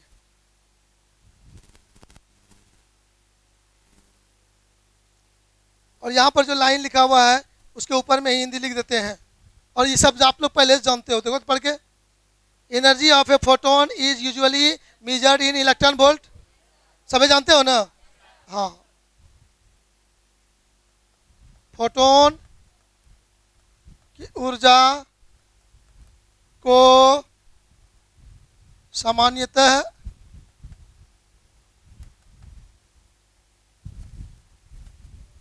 इलेक्ट्रॉन वोल्ट में मापा जाता है। कहा कि ये ऊर्जा बहुत बड़ा बहुत छोटा ऊर्जा होता है। हाँ, वेरी वेरी स्मॉल, इसलिए इसको मापते हैं किसमें? इलेक्ट्रॉन वोल्ट में मापते हैं। आगे बढ़ जाएं, एक एक लाइन तो लिखना है, फटाफट लिखो।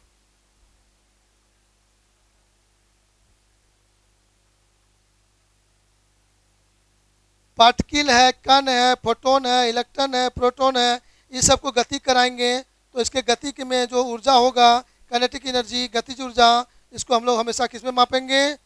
इलेक्ट्रॉन वोल्ट में मापेंगे। यह ऊर्जा बहुत छोटा ऊर्जा होता है। चलिए, हमारे कुछ बच्चे लगता है टू टू कर रहे हैं, शौक से करता होगा तो अलग बात है, रियली करता होगा तो अलग बात है ना। जो शौक से करता है ना, वो अपने मन से हटी हो जाता है।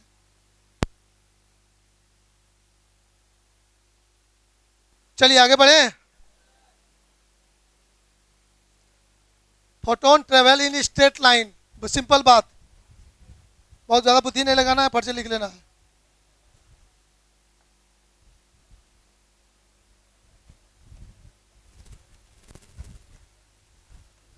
फोटोन सरल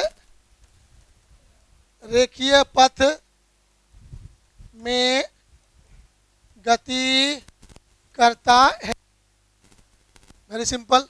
अब चलिए आइए गौर से, 7 नंबर में कहता है wavelength of the photon changes in different media, so velocity of a photon is different in different media.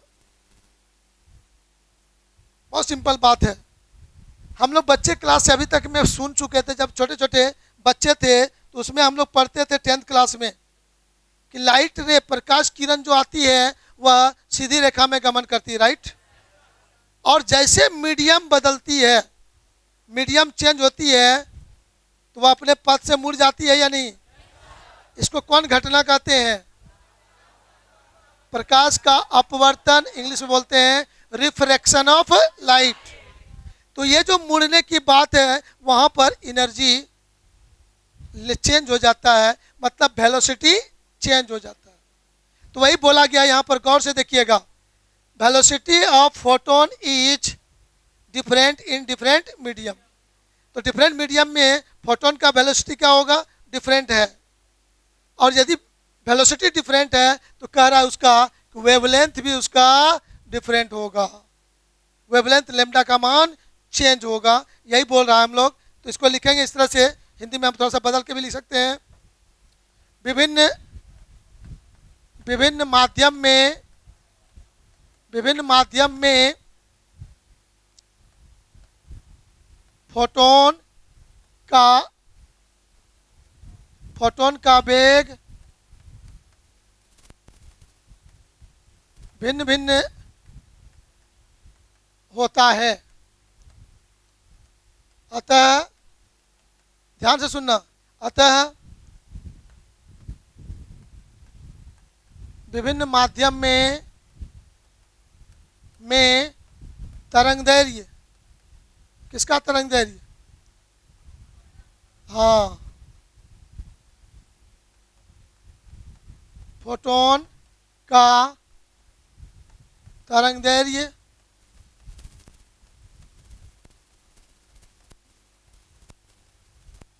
भिन्न भिन्न होता है।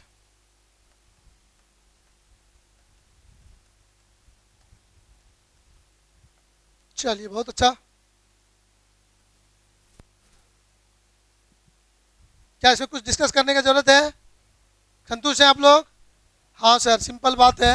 हम लोगों ने कुछ देर पहले अभी देखा भी कि momentum, hello hello, momentum P inversely proportional to lambda. गौर से देखो, पी बराबर होता है मास इंटू वेलोसिटी। तो भी चेंज करेंगे तो लेमडा भी, मतलब मैं ऐसे भी तो बोल सकता हूं एम इंटू भी प्रोपोर्शनल टू 1/λ। तो मास ऑलरेडी कांस्टेंट, भी चेंज करेंगे तो लेमडा भी। अच्छा, उसमें दो बात हुआ। चेंज मतलब कैसे? बढ़ना और घटना उल्टा ना। चेंज बढ़ने के क्रम में भी और घटने के क्रम में भी। तो यहाँ पर क्लियर पता चला कि भी वेग को बढ़ाएंगे तो लेमडा का मान घटेगा और वेग घटाएंगे तो लेमडा बढ़ेगा। क्लियर गप है, इनवर्सली प्रोपोर्शनल है, हमें कोई प्रॉब्लम नहीं होगा। क्लियर? चलिए, ये आपका फॉर्मूला भी आ गया स्टेटमेंट के अनुसार।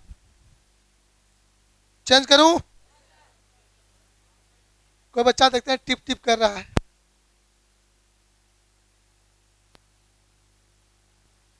कोई बच्चे कुछ पूछना चाहते हो? नहीं, कोई नहीं पूछेगा कुछ। ऐसे बीच बीच में कर लेता है शौक से पढ़ते पढ़ते। अच्छा, SANNI। हाँ बोलो भाई, SANNI। देखो ये लोग शौक से पूछता है बदमाशी करने के लिए है?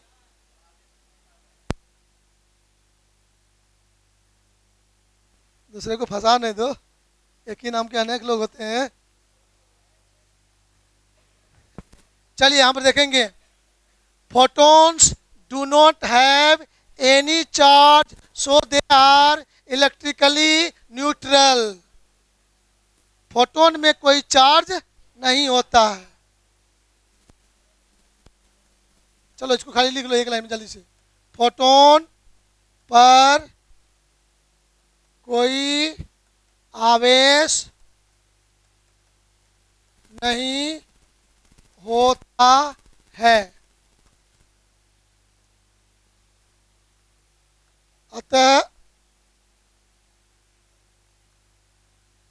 अतः यह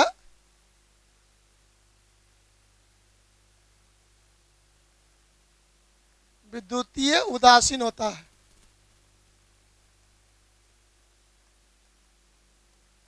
न्यूट्रल होता है। यही सब परीक्षा में लिखना, यदि प्रॉपर्टी लिखने कहेगा तो एकदम शॉर्टकट में। अब जब तुम लोग को अनुभव हुआ कि सर चार्ज है ये नहीं है तो इलेक्ट्रिक फील्ड फोर्स लगाएगा? नहीं लगाएगा। और चार्ज नहीं है तो मैग्नेटिक फील्ड भी कोई फोर्स जुट कर वो। फोटोन तो अस्थिर वाला कोई गप्पे न है। फोटोन जब है तो विकिरण के साथ आ रहा है, तो वो रुका हुआ कहीं मिलेगा? नहीं, रुका हुआ कहीं नहीं मिलेगा। वो जब भी मिलेगा तो गतिशील है। मतलब फोटोन का अस्तित्व स्थिर होता ही नहीं है। राइट? तो फोटोन गति कर रहा है, स्थिर होने का कोई चांस नहीं है। लेकिन यहाँ बातें हो रही थी क्या, सर उदासीन है। तो हम लोगों ने पढ़ा था कि कोई भी चार्ज को स्थिर रखोगे तो सिर्फ वहाँ पर इलेक्ट्रिक फील्ड बनेगा, और चार्ज को गति कराओगे तो मैग्नेटिक फील्ड होगा। तो यदि इस हॉल में एक दीवार को नॉर्थ पोल कहते और दूसरे दीवार को साउथ पोल कहते, राइट, तो दोनों पर के बीच में मैग्नेटिक फील्ड बनता कि नहीं? मैग्नेटिक फील्ड बनता। और मैग्नेटिक फील्ड जब बनेगा और उसमें चार्ज को गति करा देंगे तो वह चार्ज सीधा जा सकेगा कि नहीं? नहीं जा पाएगा, क्योंकि मैग्नेटिक फील्ड वहां फोर्स लगाएगा। इलेक्ट्रिक फील्ड भी फोर्स लगाएगा, क्योंकि जो चार्ज जब गति कर रहा है या कहीं है तो चार्ज है तो इलेक्ट्रिक फील्ड भी होगा। तो चार्ज वाला पार्टिकल होगा तो इलेक्ट्रिक फील्ड भी फोर्स लगाएगा और मैग्नेटिक फील्ड भी फोर्स लगाएगा। तो वही बात यहाँ नीचे है कि photons are not deviated by magnetic field.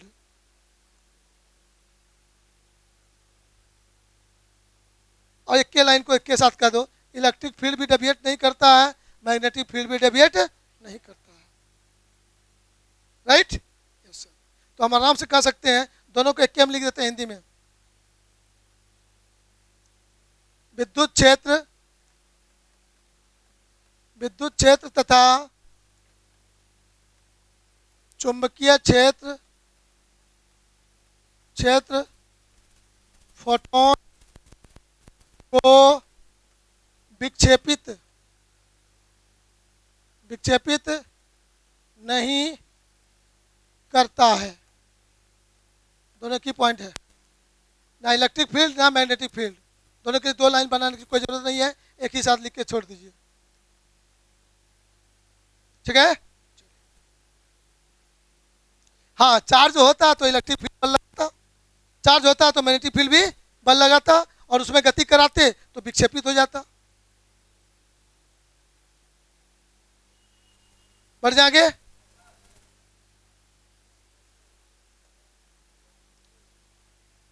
Photons में show diffraction under given conditions. Diffraction एक चीज है जो आप लोगों ने अभी तक सुना ही नहीं है। डिफ्रैक्शन, प्रकाश का डिफ्रैक्शन हम लोग नहीं सुने हैं, उसको सुनेंगे। विवर्तन क्या कहते हैं? हाँ, तो कहता है कि फोटोन जो है, यहाँ पर कह रहा है कि फोटोन में शो डिफ्रैक्शन, कहता है फोटोन जैसे प्रकाश का विवर्तन होता है, इसलिए फोटोन का भी विवर्तन हो सकता है कुछ खास स्थिति में।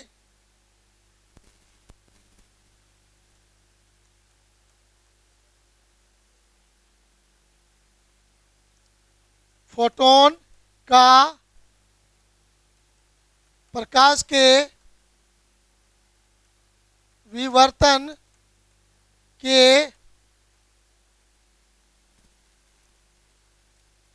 इसको समझना नहीं है, फोटो के विवर्तन के जैसा वो पते हमको खुद नहीं है।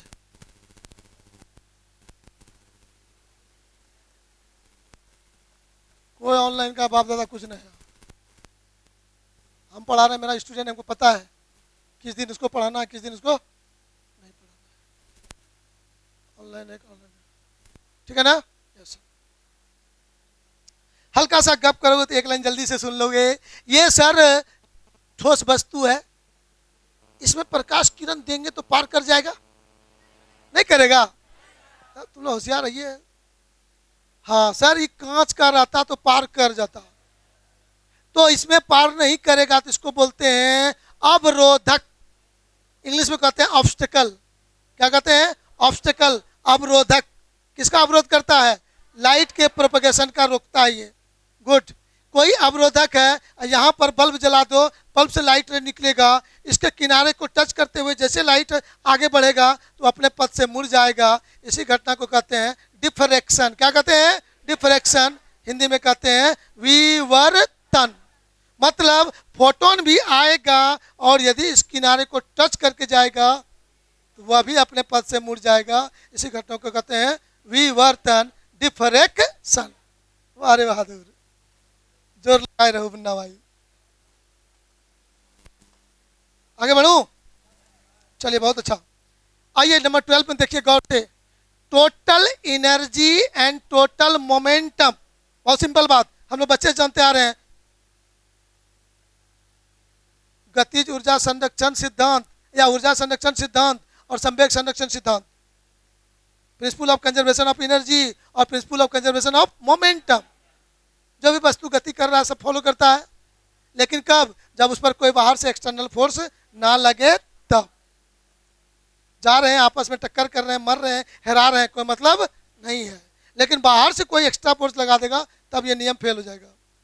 तो वही चीज तो फिर से यहाँ कह रहा है कि फोटोन भी उसका पालन करता है।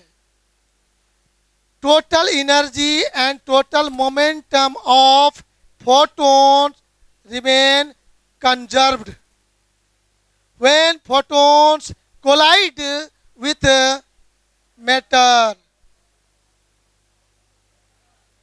All photons having same frequency have same energy and momentum irrespective of the intensity of radiation. चलिए, सबका जड़ मूल बात यही है। कहा कि गुरुजी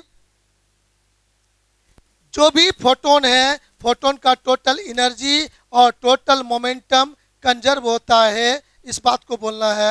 when photon collide with matter, जब फोटोन किसी पदार्थ से टकराता है तो उसका कुल ऊर्जा और कुल संवेग संरक्षित रहता है। इसी को हिंदी में सजा के लिखना है।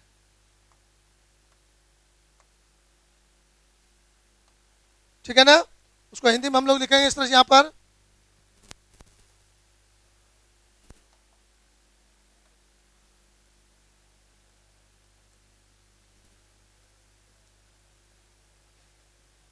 जब फोटोन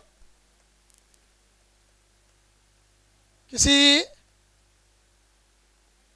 पदार्थ से टकराता है तो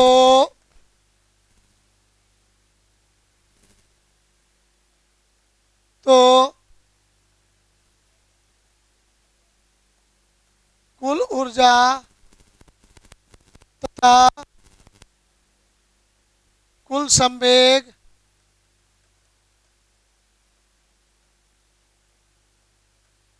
संरक्षित रहता है, संरक्षित रहता है। चलिए, हिंदी वाला लिख लीजिए जल्दी से। हम जब बहुत आगे निकल जाए तब हल्ला करना।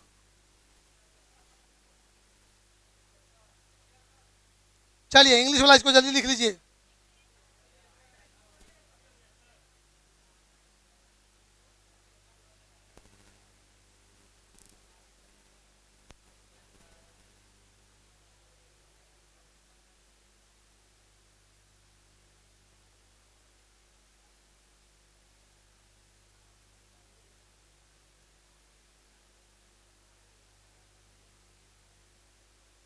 देखो गौर से, सेकेंड लाइन कहता है all photons having same frequency have same energy and momentum. Simple बात है। अभी आपने चर्चा करते हुए सुना कि सर एनर्जी वेलोसिटी पर डिपेंड करेगा, मोमेंटम भी वेलोसिटी पर डिपेंड करेगा, और दोनों वेलोसिटी जो है वेलोसिटी फ्रीक्वेंसी पर डिपेंड करेगा। तो आराम से कह सकते हैं, यहाँ पर कह रहा है कि same frequency and same energy and same momentum उस फोटॉन्स का बराबर होगा जिसका जिसका फ्रीक्वेंसी समान है। तो जितने भी फोटॉन्स का फ्रीक्वेंसी सेम होगा उस सभी फोटोन का मोमेंटम भी समान होगा और उसका एनर्जी भी समान होगा, लेकिन इंटेंसिटी अलग अलग हो सकता है, लेकिन फ्रीक्वेंसी सबका समान होगा। उसी को हिंदी में लिखता है। इंग्लिश वाला लिख लिया? चलो, वेरी गुड, वाह रे बहादुर।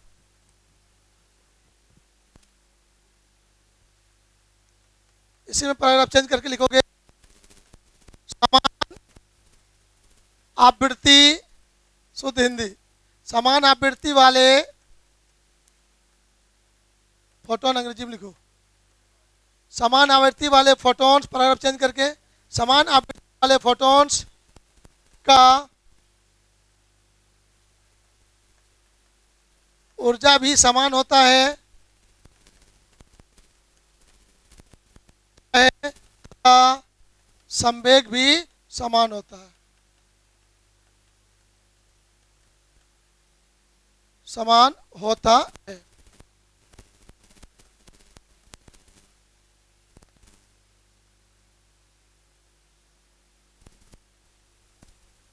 हो गया?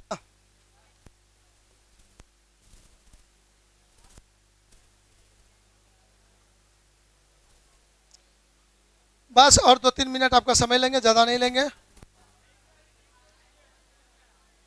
चूँकि अभी हम लगातार 1 घंटा और पढ़ाएंगे तो आपका आज का पूरा टारगेट कंप्लीट होगा, जो कि पॉसिबल नहीं है।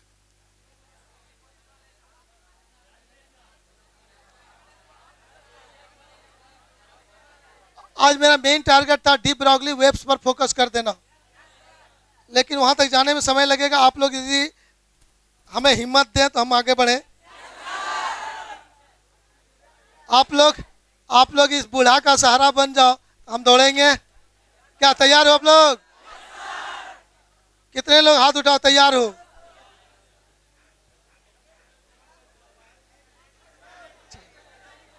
चलिए भाई। हाँ, लड़की लोग को लगता है कि ना हिम्मत ना, छी छी। और आज देख रहे हो पूरे देश में यूपीएससी टॉपर में लड़की रहती है, और यही सब कौन लड़की है पता नहीं। छी छी छी छी छी छी। एक के 1.5 घंटा में हिल गई है। दू समझने का बात है, पूरे देश लेवल पे लड़की टॉपर यूपीएससी में, और यहाँ की लड़की 1.5 घंटा बैठने में दम फूल गया। कोई माथा रगड़ रहा है, कोई नाक रगड़ रहा है, कोई मुंह घुमरिया रहा है, कोई मने मन हमको गालियों बक रहा होगा। तब निश्चित है कि सब करने वाले को फिर दाले घाटना पड़ेगा, कोई उपाय दूसरा है नहीं। चलो आगे बढ़ते हैं। इतना गप करने के बाद एक प्यारा सा न्यूमेरिकल आपके सामने टपक गया। अब आपका पास देखते हैं, इतना भाषण इसीलिए दिए थे कि लड़की लोग के अंदर आ गया ताकत। दिखा देंगे रे, न्यूमेरिकल बना के दिखा दो तो जल्दी से।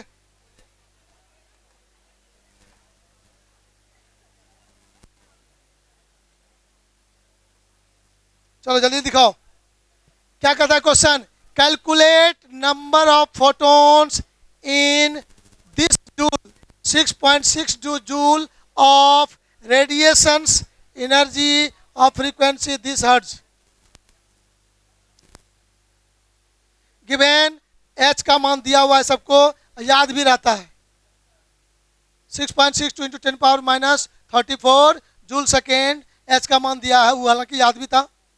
तो क्या कर रहा है question? Calculate number of photon in 6.62 joule of radiation energy of frequency this. कहता है 10 टू द पावर, ध्यान देना गौर से, 10 टू द पावर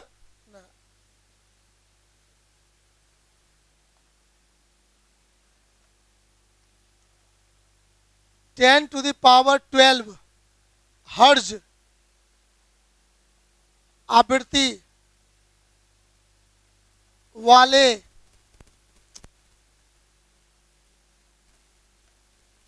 विकिरण ऊर्जा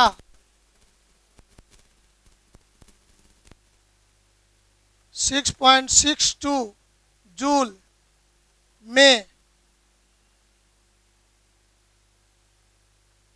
फोटोन की संख्या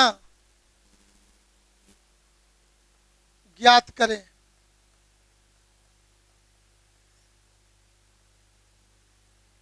सर सभी बच्चे इसको सोच लोगे, जो थोड़ा सा भी ये लगाओगे कि हमको आज सर के सामने अपना वैल्यू बना के जाना है, जिसके मन में ये फीलिंग आ जाएगा वो बना लोगे। और ऐसे आए हैं टाइम पास करके जाएंगे तब तो बात अलग है। जैसे जैसे क्या रे रजवा, क्वेश्चन लिख लिया, हम की कह सुन लें ना तो पूरा बात। चलो आगे बढ़ते हैं।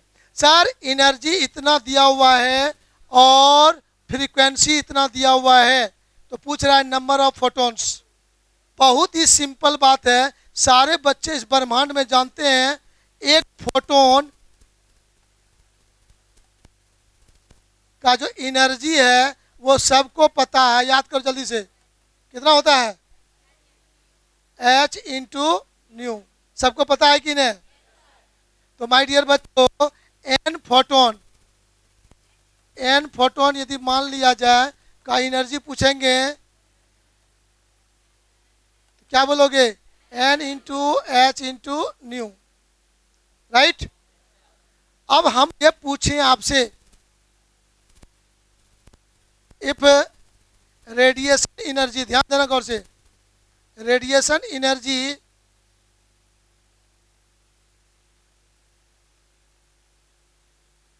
रेडिएशन एनर्जी ई मान लें, तो गौर करके देखोगे जो विकिरण आ रहा है हमारे पास, उस विकिरण की ऊर्जा को ही ना कण के रूप में माना गया है। तो छोटे छोटे बहुत सारे कण मिलकर, मतलब छोटे छोटे फोटोन मिलकर वो पूरा एनर्जी के बराबर होगा कि नहीं होगा? तो मैं यहाँ पर आराम से कह सकता हूँ इन टोटल एनर्जी ई बराबर एन इंटू एच न्यू। बोलेंगे कि नहीं बोलेंगे? तो यहाँ पर से पूछेंगे आपसे number of photon, number of photons, तो एन बराबर आपका जवाब हो जाएगा ई by H into new. Sir question में न्यू भी दिया हुआ है, वेरी गुड, हो गया। दिल्ली है तो क्या क्या दिले है? गिवन दैट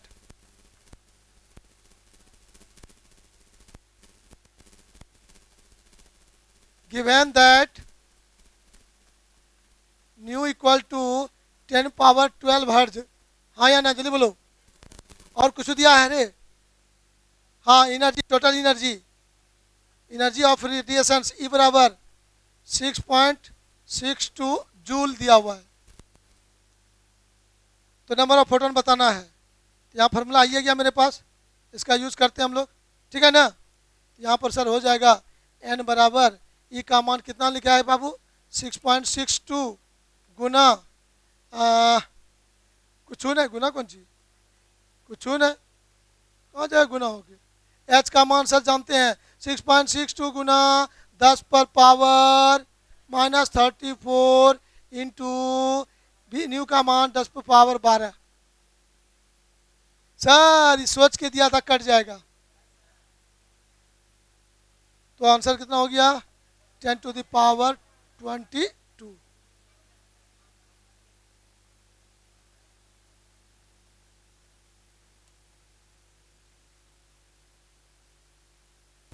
तो माइंड में सेट कर लो, एन बराबर इतना लिख देंगे direct. Number of photons clear है? क्लियर है? किसी को कुछ फायदा हो रहा है कि टाइम पास हो रहा है? किसको किसको कुछ फायदा हुआ हाथ उठाओ। चलो, सबको फायदा नहीं हुआ, लेकिन होता भी नहीं। आज तक किसी भी इंसान को 100% सफलता नहीं मिला है, तो ललन कुमार को कहाँ से मिल जाएगा? चलिए, कुछ बच्चा टिंग टिंग कर रहे हैं, बोलिए कुछ क्वेश्चन है तो पूछिए। तो कौन पूछे बाबू? कोई नहीं पूछ रहे हैं। सोनू बॉस कौन है? बोलिए, बोल रहे सोनू कुमार। कुछ नहीं, बोल के सूझ जाता है।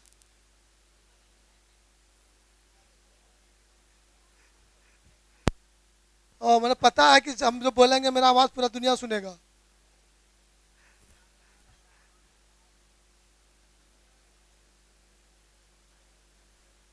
अच्छा, इस क्लासरूम में आप बैठे हैं तो आपका आवाज क्वेश्चन पूछेंगे, सब सुनेगा कि नहीं सुनेगा? इसीलिए पूछने में लाजो लगता है, बगल में हंस देता है। तो लेकिन ऑनलाइन में जब पूछिएगा तो हंसेगा, तो अपना मने मन हंसेगा, आपको थोड़ा सुनाई पड़ेगा। मने मन कुछ करे लोग, हमको क्या दिक्कत कि रे? मने मन तो लोग प्रधानमंत्री को भी गाली बकता है, तो उसका कोई इफेक्ट थोड़ा पड़ता है।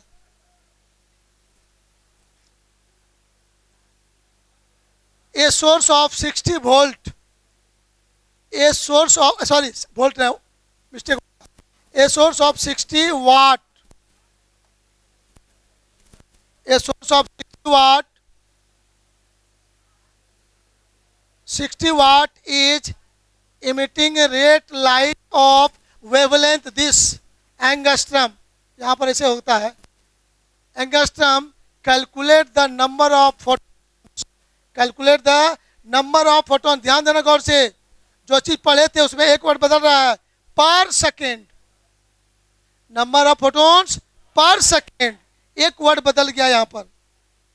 Number of photons per second, मतलब इनडायरेक्ट वे में इंटेंसिटी पूछ रहा है आपसे। इमिटेड बाय द सोर्स, तो source of 60 what is emitting red light of wavelength इतना। तो हम लोग इसको हिंदी में कहेंगे 60 वाट का एक सोर्स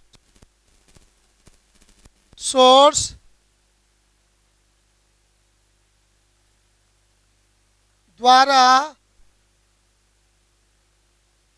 उत्सर्जित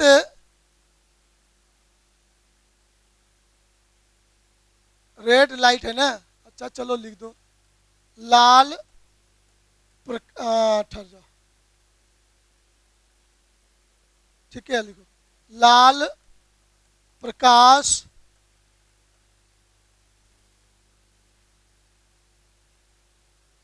का तरंग दैर्घ्य 7000 एंगस्ट्रम हो तो प्रति सेकेंड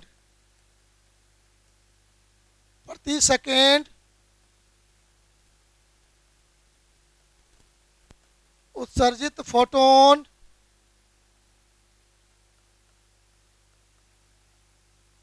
की संख्या, अच्छा सवाल है, इंटरेस्टिंग सवाल है, ज्ञात करें। क्वेश्चन सेम है जो पहले पढ़े थे अभी पढ़े, दोनों सेम क्वेश्चन है, लेकिन एक वर्ड बदल गया, वहां सिर्फ था नंबर ऑफ फोटोन्स और यहाँ दे दिया number of photons per second. तो जरा सा जोड़ा है, तो जरा सा जोड़ा है, आपके दिमाग पे क्या प्रभाव पड़ना चाहिए, आइए टू द पॉइंट, अपने गप पर आ जाए।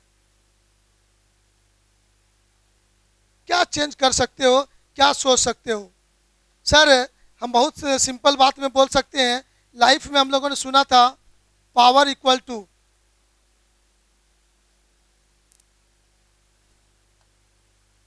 कलर थोड़ा चेंज करते हैं,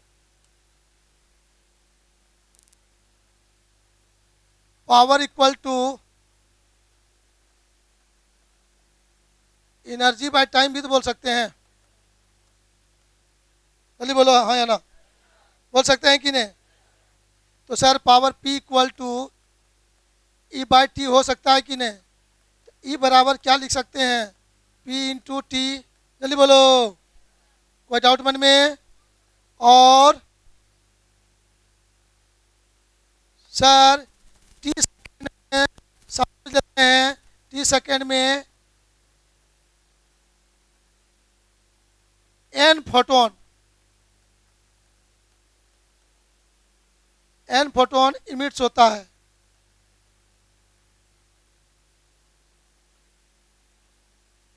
तो टी सेकंड में एम एन इलेक्ट्रॉन इमिट होता है, निकलता है, तो सर एक सेकंड हो जाएगा, क्या लिखोगे? एन बाई टी फोटोन्स पर सेकंड इमिट होगा ही नहीं होगा, तो मैं कह सकता हूं फोटोन्स या नंबर ऑफ, ध्यान देना गौर से, number of photons per second को मैं डिनोट कर देता हूं एन डैश से। किसे डिनोट कर देता हूं? तो क्या तुम भाई बच्चों लोग एन डैश बराबर हमको एन बाई टी बोलोगे कि नहीं, जल्दी बोलो। और हम लोगों ने अपने लाइफ में कुछ देर पहले एन बराबर पढ़ लिया था ई बाई एच न्यू, जल्दी बोलो है ना, और टी अपना हर जगह पर रहेगा, तो एन डैश निकालना है, एन डैश बराबर एन बाई टी बोल सकते हैं, एन बाई टी बोलने का मतलब ई एच न्यू बोल सकते हैं। सर कहाँ से लाए आप, जो मन सो लिखते जा रहे हैं, हम लोग को दिखने में पता समझ में नहीं आता है। तो सर यहाँ एन बराबर ई बाई एच न्यू लिखे थे, ई बराबर एन बराबर E by H nu just 10 second पहले लिखे हैं, उसको मैं डायरेक्टली लिख सकता हूँ कि नहीं? हाँ सर लिख सकता हूँ। सर इस सवाल में वेवलेंथ दिया है, क्या दिया है? वेवलेंथ दिया है, लेमडा दिया है, और पावर दिया है 60 वाट, पावर कैसा यूनिट? वाट, पावर दिया है, वेवलेंथ दिया है। अभी तक जो एन डैश लिखे उसमें ना तो पावर है ना तो वेवलेंथ है, मान कहाँ बैठाएंगे? हाँ रास्ता क्लियर है, ई को हटा के क्या लिखेंगे? P इंटू टी, और एक चीज जानते हैं, सी बराबर न्यू लेमडा, तो न्यू हटाएंगे सी बाय लेमडा, जल्दी बोलिए। तो ई हटा के P इंटू टी करेंगे, न्यू हटा के सी बाय लेमडा करेंगे, अपने आप सब चीज आ जाएगा कि नहीं? बारे बहादुर, P बराबर P into T, P into T by H, H ठीक है, न्यू के मतलब C बाय लेमडा एकदम ठीक है, सुनता न है, इंटू टी अपने जगह पर है, टी खल्लास, जल्दी बोलो है ना, टी गिर रहा है, लेमडा ऊपर गया तो एन डैश बराबर, एन डैश बराबर जल्दी बोलो क्या करोगे, लेमडा ऊपर जाएगा ना, तो P into lambda by H into C, बारे बहादुर, P मालूम कितना है, यहाँ है P, लेमडा मालूम, हाँ सर यहाँ है लेमडा 7000, एंगस्ट्रम को मीटर में लोगे, अब सब चीज़ का मान बैठा लोगे ना, मान बैठा गुना भाग कर लोगे, कोई दिक्कत किसी को, अच्छा यहाँ तक लिखो, हम गुना भी कर देंगे, गुना भी कर देंगे, लिख लो जल्दी से, हाँ हो गया, टेंशन क्या ले रहे, बैठो ना, हो गया, बड़का बाग थोड़े मार लिया। अच्छा देखिए एक चीज याद रखिएगा, नंबर ऑफ फोटोन सिर्फ निकालना था, E बाय एच न्यू मिला था, और नंबर ऑफ फोटोन पर सेकेंड, यहाँ पर देखिए चेंज हो गया ना थोड़ा सा, P by H new T, तो P हटाएंगे वहां पर से, P बाय टी हो जाएगा, यहाँ पर टी खत्म हो गया, P by H C by lambda, तो लेमडा ऊपर चला गया, तो हो गया ये, तो ये फार्मूला बना के हम लोग डायरेक्ट याद रख सकते हैं कि नहीं, ये सर हम डायरेक्ट याद रख सकते हैं, number of photons per second, P into T, P into lambda by H C, भविष्य में आपको निकालने कहेंगे intensity of light, intensity of radiation, यही लाइन में उसमें यूज करोगे डायरेक्ट, एक सेकंड में जितना फोटोन आपतित होगा वही कहलाएगा इंटेंसिटी, तो यूज कर लेंगे वहां पर ये line,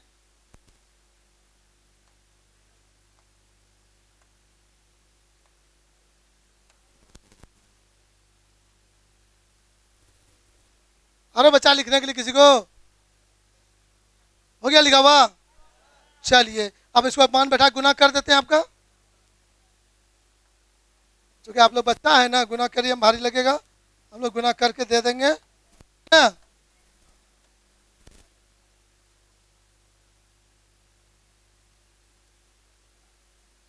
number of photons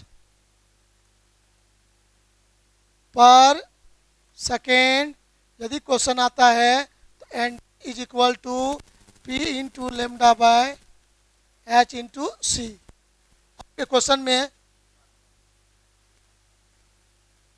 power, power का ऐसा यूनिट वाट, क्वेश्चन में पावर वाट में दिया हुआ है, कोई दिक्कत नहीं, मान बैठा दीजिए, पावर 60 है तो कोई दिक्कत नहीं, लेमडा कितना है 7000 एंगस्ट्रम, एंगस्ट्रम को मीटर में बदलेंगे 10⁻10 से मल्टीप्लाई करना होगा बाय H 6.62 गुना 10⁻34 गुना C का मान 3 इंटू 10⁸। अब वास्तव में गुना करने में मेहनत है, अपने से आप लोग कर लीजिएगा, ठीक, हमको पहले पता नहीं था कितना बड़ा होगा, अब आप लोग घर में जाकर अपने से कर लीजिएगा, हाँ हम आंसर लिख देते हैं,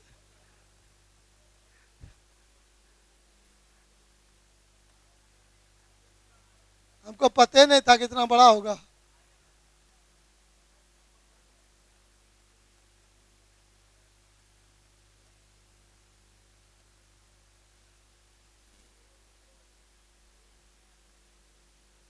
चलिए कुछ बातें अब बच गई यहाँ से, अब देखा जाएगा बाद में, ठीक है, फिर मिलते हैं हम लोग अगले क्लास में नई एनर्जी के साथ, नए उमंग के साथ।